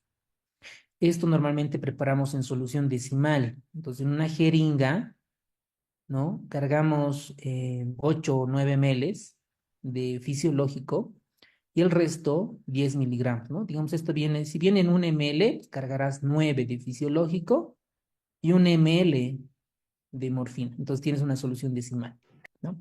Al Entonces, 10% sería. sí, sí, sí, ¿no? Entonces, en esta solución decimal, ya en base a la dosis kilogramo peso, vas indicando tu morfina. La morfina, ¿de qué debemos tener cuidado? De la Hipotensión y depresión depresión cardiorrespiratoria. respiratoria. Taquicardia. Ok. Sobre todo en los ancianitos, la morfina disminuye la frecuencia respiratoria porque actúa en los receptores MU, ¿verdad? Entonces, cuidado, ¿no? Entonces, siempre la enfermera hay que decirle, administre morfina previa aviso al médico o algo así, en la indicación. Pero tranqui, ¿no? La verdad es que en todos estos años nunca he tenido una complicación por morfina, que tenga un paro o algo así. Entonces, eso con esto, ¿no? También, como vas, venodilatador, ese es el término correcto, venodilatador, la nitroglicerina sublingual. Esta está contraindicado en el ventrículo derecho, habíamos comentado, ¿no? Porque disminuye la precarga. ¿Por qué disminuye la precarga? Porque es un venodilatador, venodilatador. Entonces, ojo. Evitar, ¿en quiénes vamos a evitar dar nitroglicerina? Entonces, esto aquí pueden hacerse igual otra flashcard, creo que ya tienen como 4. ¿En quiénes? Pacientes con hipotensión sistólica. Por lógica, ¿no ve? Si un paciente, si la nitroglicerina vasodilata, venodilata, no voy a dar pues un paciente hipotenso. Un paciente del ventrículo derecho que hipotensa, tiene bradicardia, que depende de la precarga, no voy a dar un venodilatador. En sujetos que hayan ingerido un inhibidor de la 5-fosfodiesterasa, ¿cuáles son? El de la fita, de la fita. Tenafil. El de Tadalafilo. Exacto. Entonces, en estos pacientes tampoco, por las interacciones en cuanto a los citocromos. En pacientes con hipotensión grave, ¿no? En estos casos no se les puede dar. Y el mecanismo de acción es que estos nitratos, al final, lo que pasa es aumentar la cantidades del guanosil monofosfato cíclico y liberar óxido nítrico. Y este óxido nítrico produce venodilatación. ¿Ok? Aquí libre esta vasodilatación, está perfecto porque también incluyen a las arterias, también incluyen a las venas. ¿Ok? Muy bien. El tratamiento del dolor, morfina. Ahí está, de 2 a 4 miligramos aquí cada 2 horas, 3 horas más o menos indicamos. ¿Ok? Entonces la morfina es el medicamento de elección para estos. ¿En quiénes está un poco contraindicado que debes tener cuidado? En pacientes con bradicardia, porque también pueden empeorar estos casos. Otro manejo, ya hemos dicho, aspirina, clopidogrel, atorvastatina. Luego están los otros, ¿no? Que tanto en la urgencia no indicamos tanto, porque el paciente puede hipotensar, puede ser bradicárdico, entonces, cuidado, ¿no? Y aquí el libro de Harrison nos dice, el beta bloqueante, no le vas a dar cualquier beta bloqueante, no le vas a dar un propranolol, por ejemplo, ¿no? Ya por farmacología, ya habrás repasado los medicamentos de cardio, por ejemplo, ¿no? Esa tablita que les he mostrado, de Katzun o el otra, ¿qué beta bloqueante? Los cardioselectivos. Y dentro de todos los beta bloqueantes, ¿cuál es el que mejor está recomendado, mejor evidencia científica? El metoprolol. Posible pregunta de examen en estos casos, el metoprolol. ¿Ok? ¿En quiénes vamos a dar? ¿O en quiénes primero no? Porque voy a beta bloquear. Entonces, no puedo dar a pacientes que estén bradicárdicos. Y por eso el libro de Harrison dice que debe tener por lo menos más de 60 latidos minuto. Yo sé que la frecuencia cardíaca es una variable de la presión arterial. Entonces, a pacientes que están hipotensos tampoco puedo dar. A pacientes que, por ejemplo, que no tengan datos de bloqueo auriculoventricular. ¿Ok? En estos casos no voy a comenzar a dar beta bloqueantes. Muy bien, ¿cuál es la explicación? La fisiopatología, que reduce la demanda de oxígeno, que el corazón dice, ya no voy a consumir mucho oxígeno. Ese es el mecanismo, ¿ok? Muy bien. Ahora, un infarto tiene su penumbra isquémica y su miocárdico isquémico circundante. Esta puede mejorar cuando restaura el riego coronario, disminuye la demanda miocardial por oxígeno, se evita la acumulación, o sea, mucha teoría, ¿no? Bla, bla, bla, bla, bla, cosas que probablemente no es tan relevante para este caso, ¿ok? Pero los beta bloqueadores y los antagonistas de calcio disminuyen la demanda de oxígeno y esto nos ayuda en el ritmo cardíaco, en la contractilidad. Pero en la práctica, señores, ¿por qué es tan interesante o es importante dar un beta bloqueante en la práctica? ¿Saben por qué? Porque te previene las arritmias. Es clave, señores. Tú le das un metoprolol, ¿no? Dosis bajitas, ufa, hace diferencia porque te previene arritmias. Y alguien dirá, pero doctor, si vamos a prevenir arritmias y está bradicárdico, ¿qué le vamos a dar? La única manera de protegernos con la miodarona. ¿Ok? Pero, vuelvo a insistir, el tratamiento es la reperfusión. No es que con estas medidas el paciente va a aumentar la mortalidad o va a aumentar la supervivencia. Puede ser, ¿no? Hay algunos estudios. Pero lo más importante, señores, es la reperfusión. Entonces, tenemos dos caminos para la reperfusión. Una, que es la ICP primaria, y otra es la fibrinólisis. A ver, no sé si tengo aquí una imagen, permítanme. Voy a hacer un ejemplo. A ver, permítanme. Una imagen. ¿Cómo vamos a ver un caso? A ver, voy a ponerle la sociedad de cardio. La de México creo que está bonita. ¿Puede? ¿No? Agudo de miocardio. Aquí voy a poner, ¿qué se llama ese programa de México? Eh, Infarto México, no sé cómo es. A ver, ¿cuál es la tabla? Ah, IAM en México. A ver.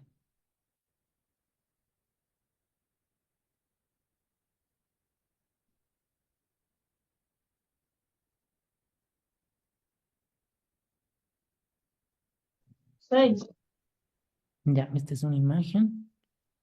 A ver, veamos otra.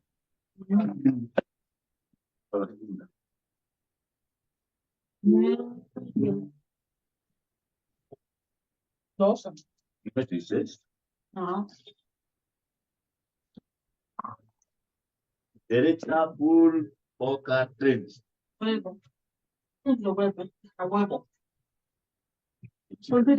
No sé qué es. Aquí debe de ser las canciones.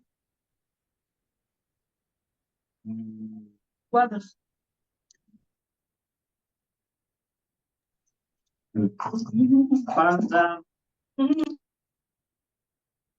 Por favor, esos micrófonos.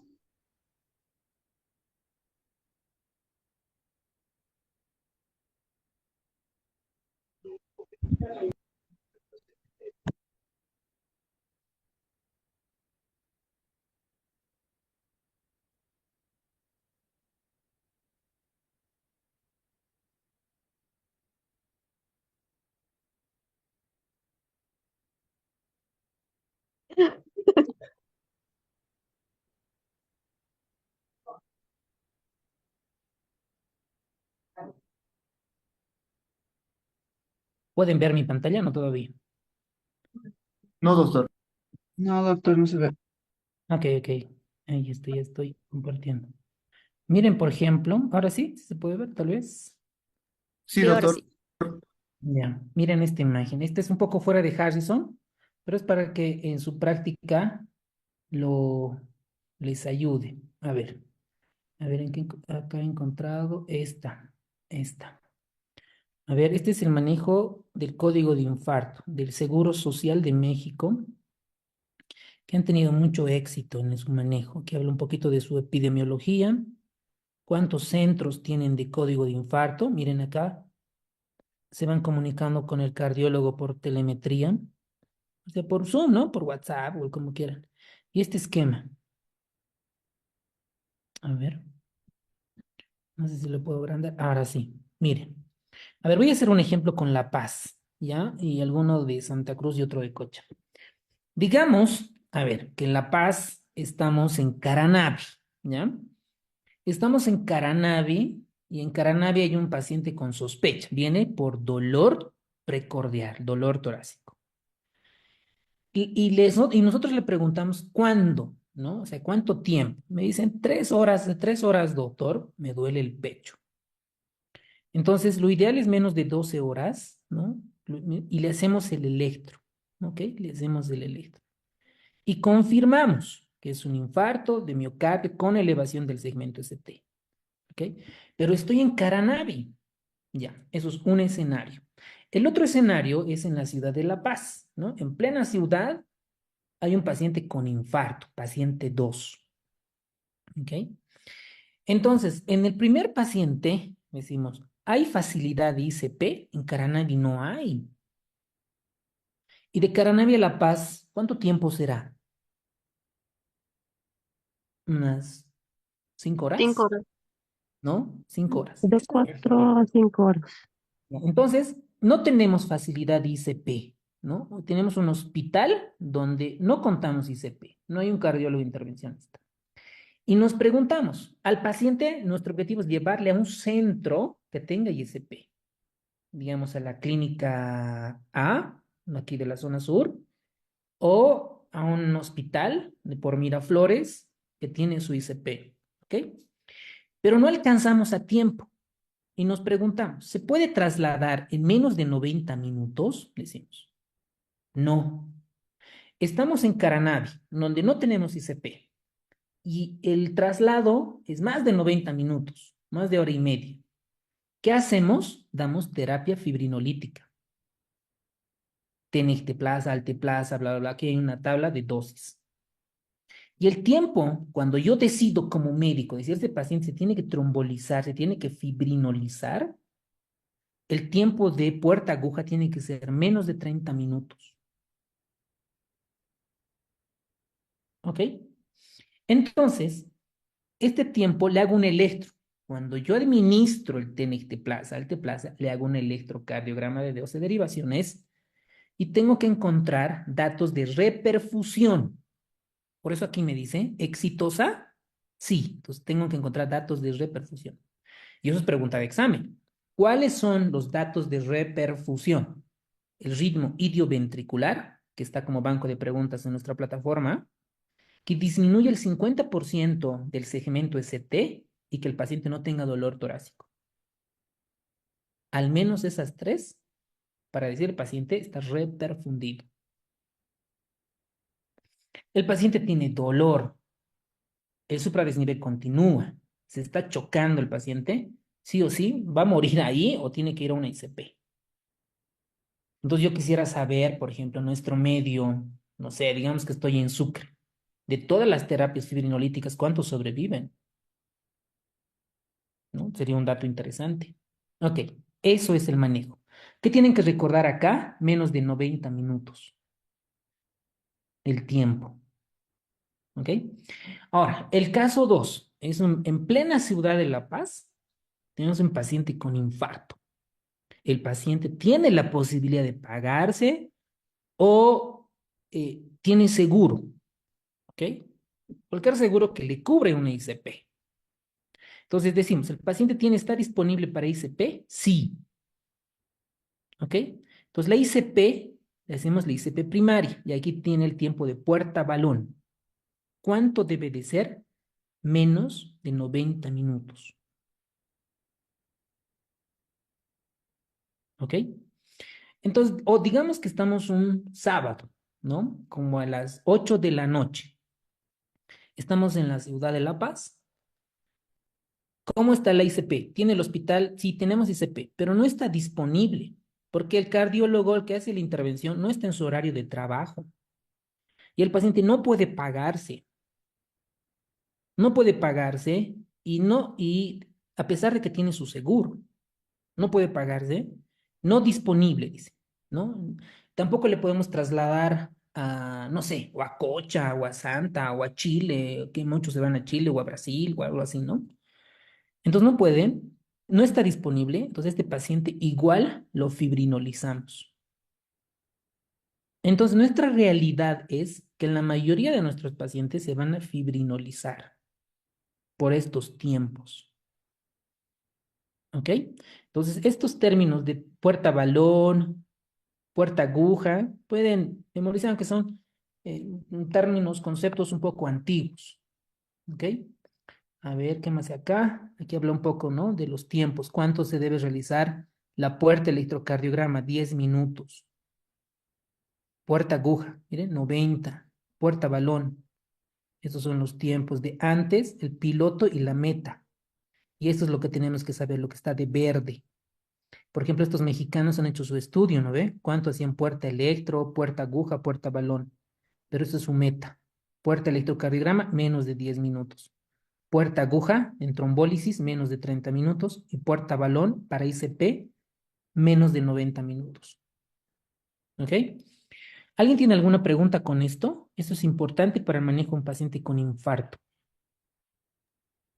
Doctor ¿Podría Castillo, repetir, ¿cómo? buenas noches? Perdón, ¿podría repetir los datos de reperfusión, por favor? Ok. Ausencia del dolor torácico. Disminución del segmento ST más del 50% y arritmias de reperfusión. ¿Qué arritmia? Es el idioventricular. ¿Se acuerdan que hay FA, ¿no ven? Fibrilación, flutter, TBFB, y un ritmo que es el idioventricular. Tal vez podemos encontrar en YouTube, tal vez, a ver.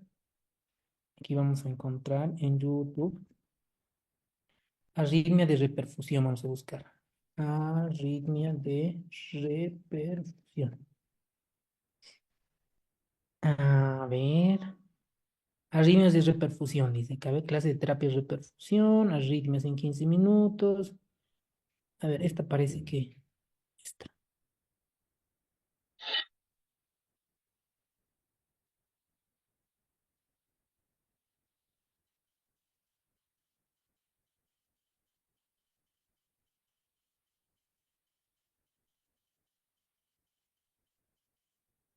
Ok, a ver, vamos a poner arritmias cardíacas de reperfusión. Vamos a poner con electro.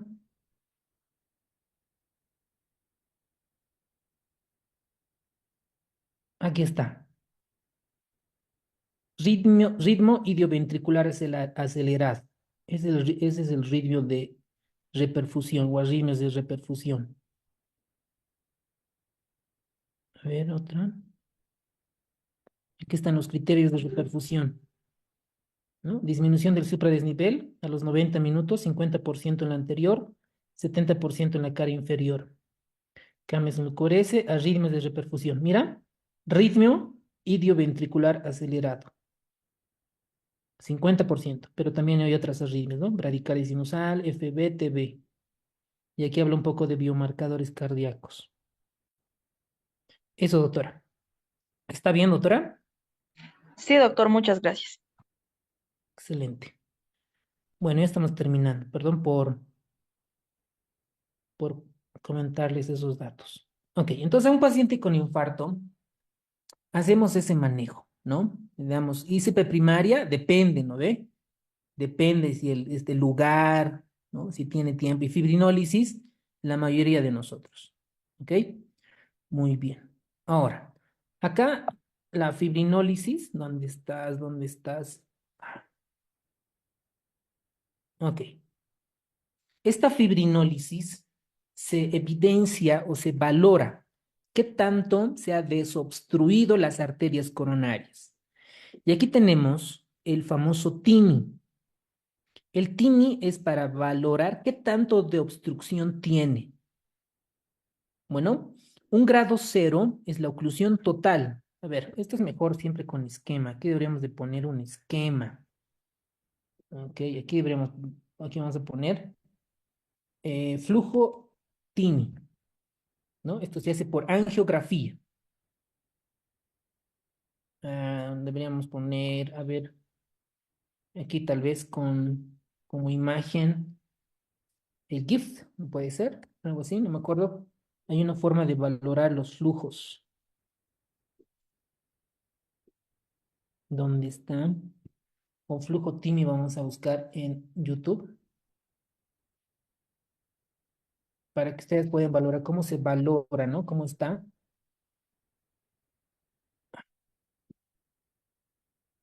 A ver, lo que sea. Ahí. Flujo TIMI. Esto por angiografía. Ahí está. Este esquema está bonito. Muy When bien. we perform coronary angiography, it is important to assess coronary blood flow using the TIMI scale, thrombolysis and myocardial infarction. This scale was developed to assess coronary artery perfusion after the occlusion point in coronary angiography. This system is adopted for convenient standardization.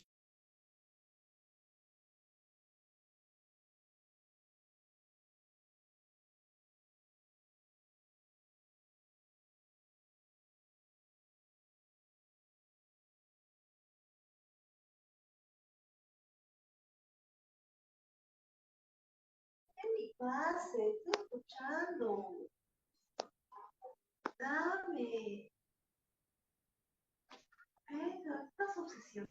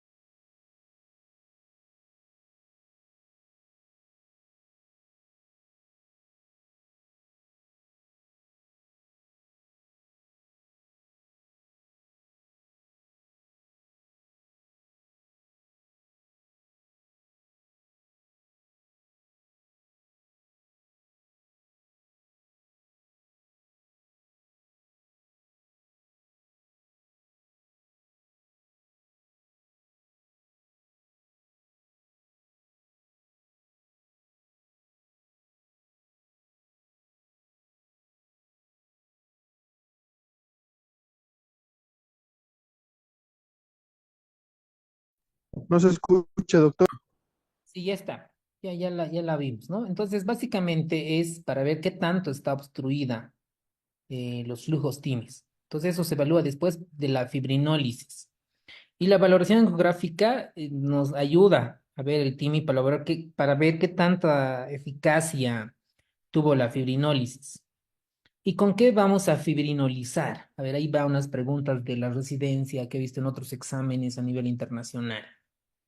Por ejemplo, en nuestro medio tenemos la alteplasa, la tenecteplasa, creo que trae Pharmedical, estos trombolíticos. Luego tenemos antes, en la residencia, bueno, donde yo me he formado, solo teníamos streptokinasa, pero la streptokinasa tenía varias contraindicaciones. Por ejemplo, en los pacientes alérgicos y pacientes que no podían volver,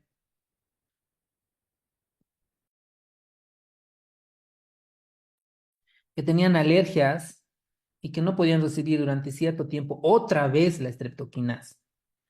Entonces, hay muchos estudios, ¿no? Ustedes cuando ya estén en la residencia van a comparar los ensayos clínicos aleatorizados, comparando la alteplasa, la tenecteplasa con otros fibrinolíticos. Entonces, la mayoría de estos logra un flujo TIMI-3 para restaurar el flujo con este tipo de fibrinolíticos. Y aquí tenemos las contraindicaciones relativas de un fibrinolítico. Cuando tú deseas pasar un fibrinolítico, estos puntos debes de tomar, ¿no? Que un paciente no tenga un INR más de 2, que no tenga una cirugía reciente en menos de 2 semanas, que no tenga un paro cardíaco más de 10 minutos, diátesis hemorrágica, embarazo, trastorno oftalmológico hemorrágico, una HDA, una hipertensión arterial grave, ¿no? En estos casos no se les debe administrar tratamiento fibrinolítico. Y aquí tenemos las dosis, ¿ok? De la TPA, estreptokinasa, RPA y la tenecteplasa. En nuestro medio realmente usamos la alteplasa y la tenecteplasa. Eso ya tenemos como evidencia y hay mucha evidencia científica que respalda con estos datos. Este algoritmo de Harrison, tenemos un paciente con infarto agudo de miocardio, ¿no? Que es elegible para reperfusión. Y aquí tenemos dos escenarios clínicos. Paciente atendido inicialmente en un hospital con capacidad de ICP, ¿no? Digamos, estamos en la ciudad de Santa Cruz y el paciente puede pagarse o tiene un seguro internacional que le cubre la ICP. Entonces el paciente es enviado a un centro hospitalario para ICP. Entonces aquí debe de ser menos de 90 minutos. Esto son preguntas fuertes, o sea, preguntas detalladas. Entonces tienen que hacer su flashcard, ¿ok? Sí o sí, háganse esto, por favor. ICP primaria, para ICP en menos de 90 minutos, ¿ok? Ahora, luego tenemos el paciente atendido inicialmente en un hospital que no tiene capacidad de ICP, no lo tiene. Entonces, en este caso, la puerta aguja, ¿no? Tiene que ser menos de 30 minutos. Para ICP, ¿cuánto tiene que ser? 90 minutos, menos de 90 minutos. Para aguja, puerta aguja, menos igual a 30 minutos. Posibles preguntas de examen. ¿Ok? En este tiempo, para pacientes, puede de que el ICP, digo que la trombólisis puede ser que no funcione, ¿no? Y hacemos ICP de rescate. Para eso tenemos otros puntos de corte para administrar. En estos escenarios clínicos, por ejemplo, y cuando ya se realiza la ICP primaria, vamos a tener esto, ¿no? Un paciente con angiograma diagnóstico, esto ya nos da el intervencionista. Si solo necesita tratamiento médico, si necesita PCI o si necesita cirugía de revascularización coronaria. Y aquí, la anterior clase habíamos visto, ¿no? Que por lo menos el paciente debe de ver sus comorbilidades, la estructura y sobre todo si tiene una enfermedad de 3 vasos, debe de ir a una cirugía de revascularización coronaria. ¿Ok?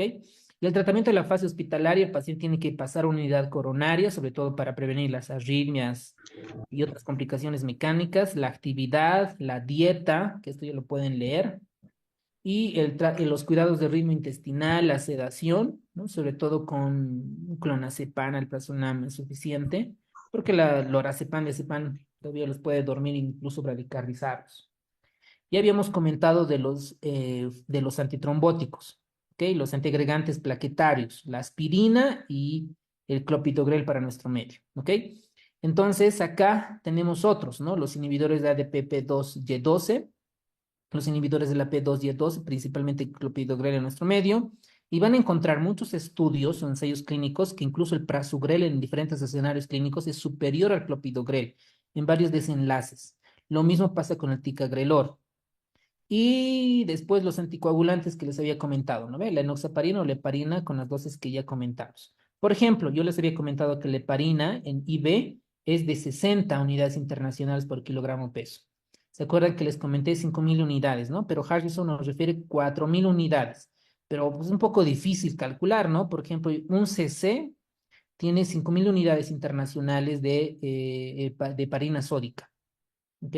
Pero esta es la dosis que nos dice Harrison, por si acaso, esto para el examen. Lo que yo les había comentado es un poco práctico. Y seguida de una infusión inicial a 12 unidades kilogramo hora. ¿Esto cómo se prepara? Agarras una solución fisiológica de 100 ml más un frasco. El frasco viene de 25.000 unidades internacionales. Eso va administrando por una bomba de infusión y tienes que tener un control, ¿no? La heparina, ¿con qué se monitoriza? Con la TTPA. Y esta debe de estar 1.5 a 2 veces de la cifra normal de la referencia del TTPA, va a ser que se encuentra tu paciente antes de iniciar la heparina en infusión. Dentro de los anticoagulantes también está la heparina de bajo peso molecular, la enoxaparina, la bivalurida, la enoxaparina como tal y el fondaparinux. En otros escenarios clínicos y en otros países, pues algunos otros coagulantes se han demostrado que es superior a los otros, por eso también se utiliza. Luego tenemos los beta bloqueadores adrenérgicos. Les habíamos comentado aquí el de elección es el metoprolol, ¿ok? El metoprolol. Entonces, sobre todo para disminuir el consumo de oxígeno y sobre todo las arritmias. Y para evitar el remodelamiento cardíaco, tenemos los inhibidores del sistema renina-angiotensina-aldosterona. Muy bien, ¿qué más? A ver, ¿qué más en cuanto al manejo? Aquí tenemos el resumen, ¿no? Del síndrome coronario agudo, paciente con alerta hemodinámica, preferiblemente menos de 60 minutos, y las complicaciones y su tratamiento. Dentro de las complicaciones está la disfunción ventricular. El paciente, como se ha infartado, el ventrículo izquierdo no hace buena sístole, ¿ok? Entonces, esto puede ser generado por un remodelamiento ventricular, ¿eh? Que es la remodelación. Entonces, este remodelamiento ventricular, ¿a qué puede llevar si el paciente sobrevive a una insuficiencia cardíaca? También el ventrículo izquierdo puede dilatarse, puede crecer, ¿no? Y esto compromete la parte hemodinámica y el paciente llegar a una insuficiencia cardíaca. Entonces, a todos los pacientes que tienen una FEBI menos del 40% están indicados a administrar los IECAS o los ARAS. Valoración hemodinámica. Y esto pasa en urgencias, ¿no? O en la terapia intensiva. Los signos clínicos, si el paciente tiene estertores pulmonares, es fallo del BI, lo mismo los sonidos, el tercer y el cuarto. Para el paciente que está en un paciente que está entrando en insuficiencia cardíaca o choque cardiogénico. Para esto tenemos 4 grupos. Entonces llega el paciente a la urgencia. ¿Qué KILIP tiene? ¿No? Lo primero, en un paciente con infarto. Estos KILIP-Kimball se clasifican en 4. Aquí tienen ustedes una radiografía. Y como alguien en el inicio de la clase dijo, ¿cómo es el edema de origen cardiogénico? En forma de alas de mariposa. Miren, en forma de alas de mariposa. Entonces, la clase 1 es que el paciente no tiene signos de congestión pulmonar. El pulmón está limpio. Y el paciente, pues, no tiene disnea, está saturando bien, ¿no? Tranquilo. Paciente de clase 2 es un paciente con falla cardíaca moderada. El paciente, si la auscultas, tiene escasos estertores crepitantes y subcrepitantes en ambas regiones infraescapulares. Clase 4 ya es una insuficiencia cardíaca grave. El paciente dice, doctor, doctora, no puedo respirar. Me falta aire. Y están a punto de hacer un paro, ¿no? Entonces aquí está la mortalidad aumenta. En un paciente con Kilip-Kimball 4, el paciente ya está en shock cardiogénico. Datos de hipoperfusión, presión arterial sistólica menos de 90, confusión mental, oliguria, ya no puede tener diuresis y demás. Entonces, está grave, ¿ok? Los pacientes también pueden generar hipovolemia, ¿no? Estado de choque cardiogénico, el infarto del ventrículo derecho, el 33%, de sobre todo los infartos inferoposteriores. Y aquí tenemos datos clínicos de falla cardíaca derecha, como en el caso clínico, distinción de la vena yugular, signo de Kussmaul, de hepatomegalia, puede o no tener hipotensión. Entonces, ahí está el manejo. En un paciente con infarto del ventrículo derecho, lo primero es optimizar el volumen, optimizar la precarga, siempre, siempre. Después, aquí nos dicen disminución concurrente de la presión de enclavamiento pulmonar. Esto se maneja con el catéter de la arteria pulmonar. Vamos a imaginar, con eso termino la clase. Aquí tenemos, aquí nosotros introducimos por la vena yugular interna. El catéter va a la vena cava, aurícula derecha, ventrículo derecho, y aquí a la arteria pulmonar se clava el globito. Entonces, aquí tenemos un valor que es la presión de oclusión de la arteria pulmonar. ¿Ok? Entonces, una presión de oclusión de la arteria pulmonar que esté mayor o igual a 18 milímetros de mercurio, nos decimos que el paciente tiene un edema agudo pulmonar de origen cardiogénico. Por eso acá nos dicen disminución concurrente, ¿ok? Poco a poco. ¿Cómo nos vamos a guiar que el paciente le falta volumen con la presión de oclusión de la arteria pulmonar? Aunque actualmente no todas las veces instalamos el PAC, ¿no? Que es el catéter de la arteria pulmonar. Más o menos nos guiamos mucho por la ecocardiografía, sobre todo la relación E'. Obviamente esto ya son datos de cardiología, ¿ok? Ahora, las arritmias. ¿Por qué un paciente se muere? Por arritmias, habíamos dicho, ¿no? Por disfunción de la bomba y complicaciones mecánicas. ¿Por qué se genera la arritmia? Porque se activa el sistema nervioso autónomo, sobre todo la parte adrenérgica. Alteraciones electrolíticas, esto es clave. Es importante, sobre todo, controlar los niveles de potasio. ¿Ok? Las isquemias y las zonas de conducción. Por eso generan arritmias.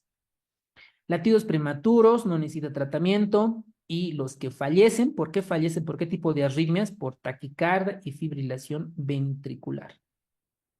¿Ok?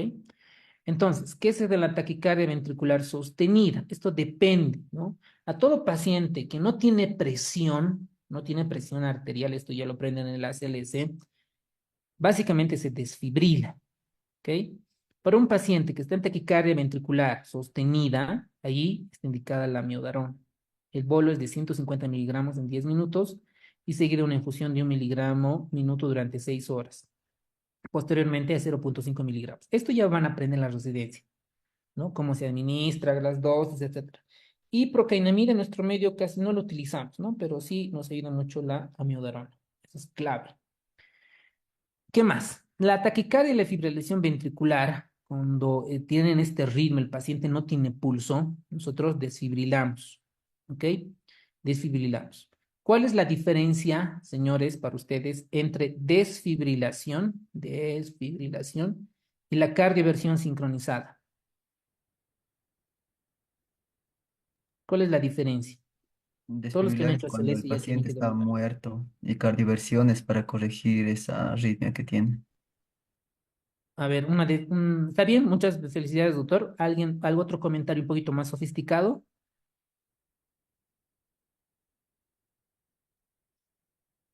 ¿Cuál es la diferencia entre desfibrilación y cardioversión sincronizada? Desfibrilación no es un choque eléctrico que reinicia, resetea el corazón, y cardioversión es que modula, o sea, mm, modula para que sea más sincrónico el latido.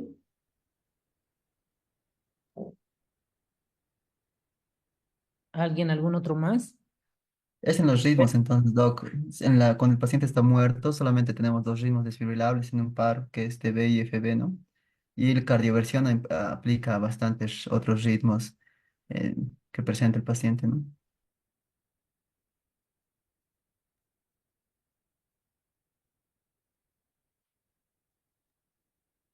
Doctor, buenas noches.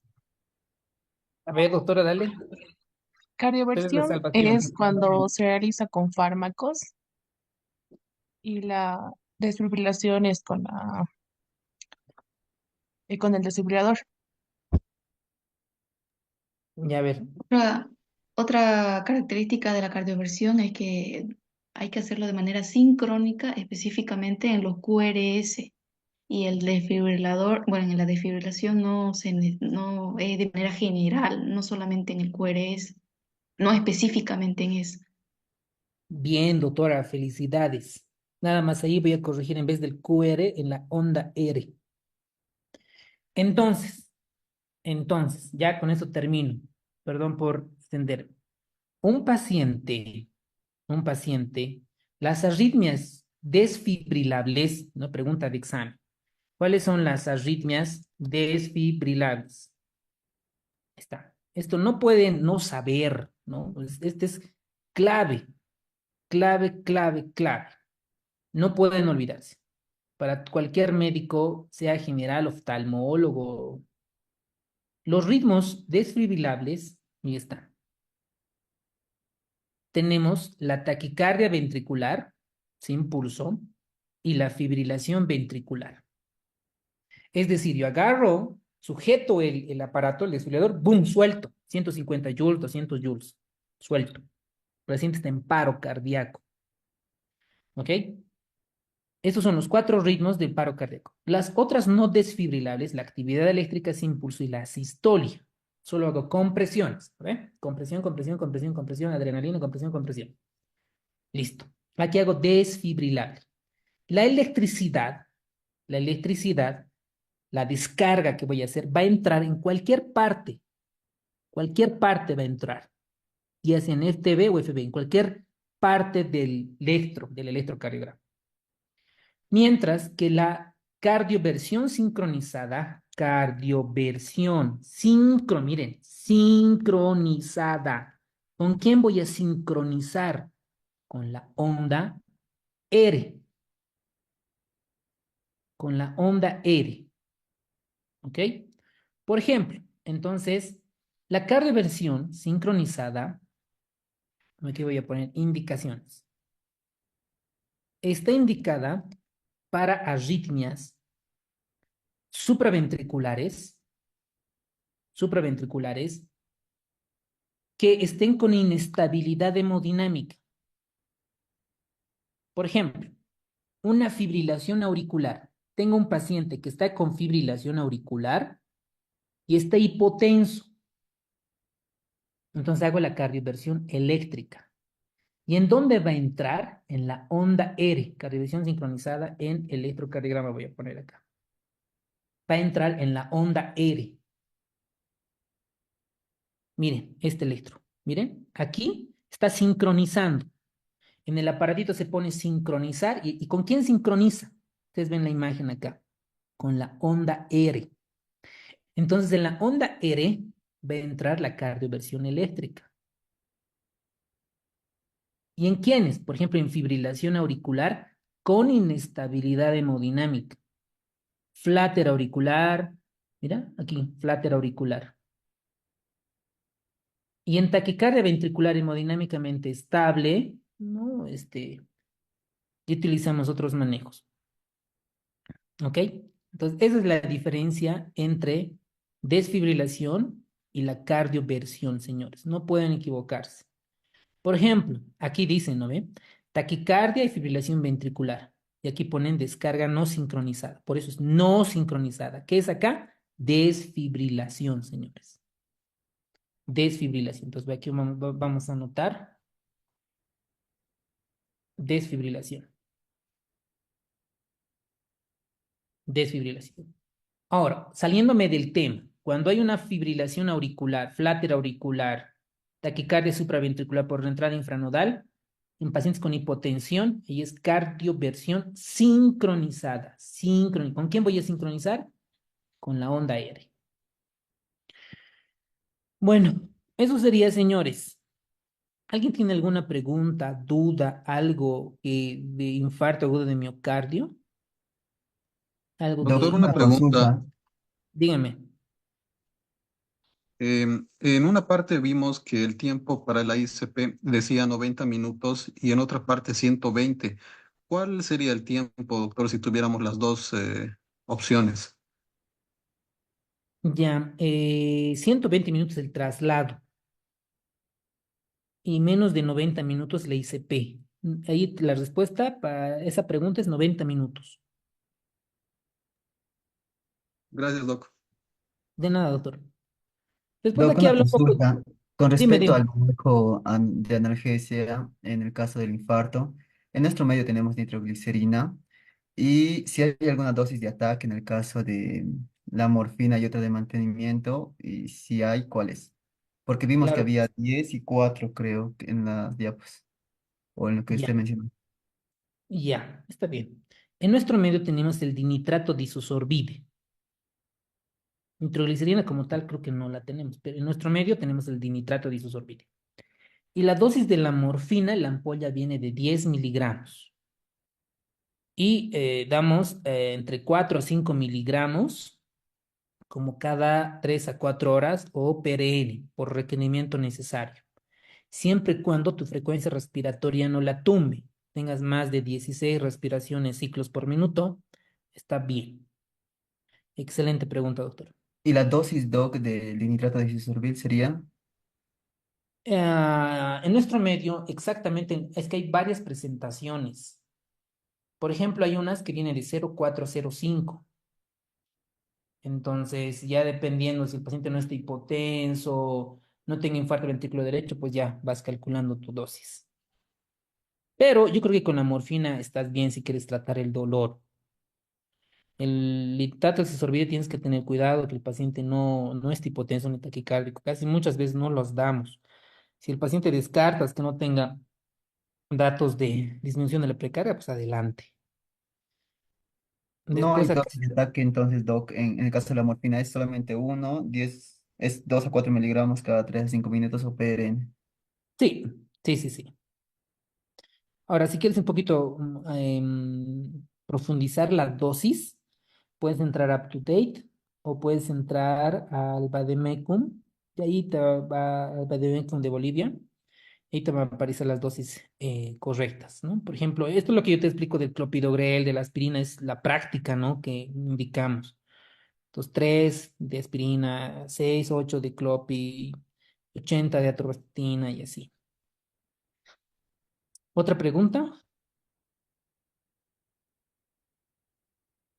¿Algo más que no entienda el libro de Harrison? Y chao, con eso termina la clase, ¿no? No hay más. ¿Qué preguntas más tienen? Ya hemos terminado la clase.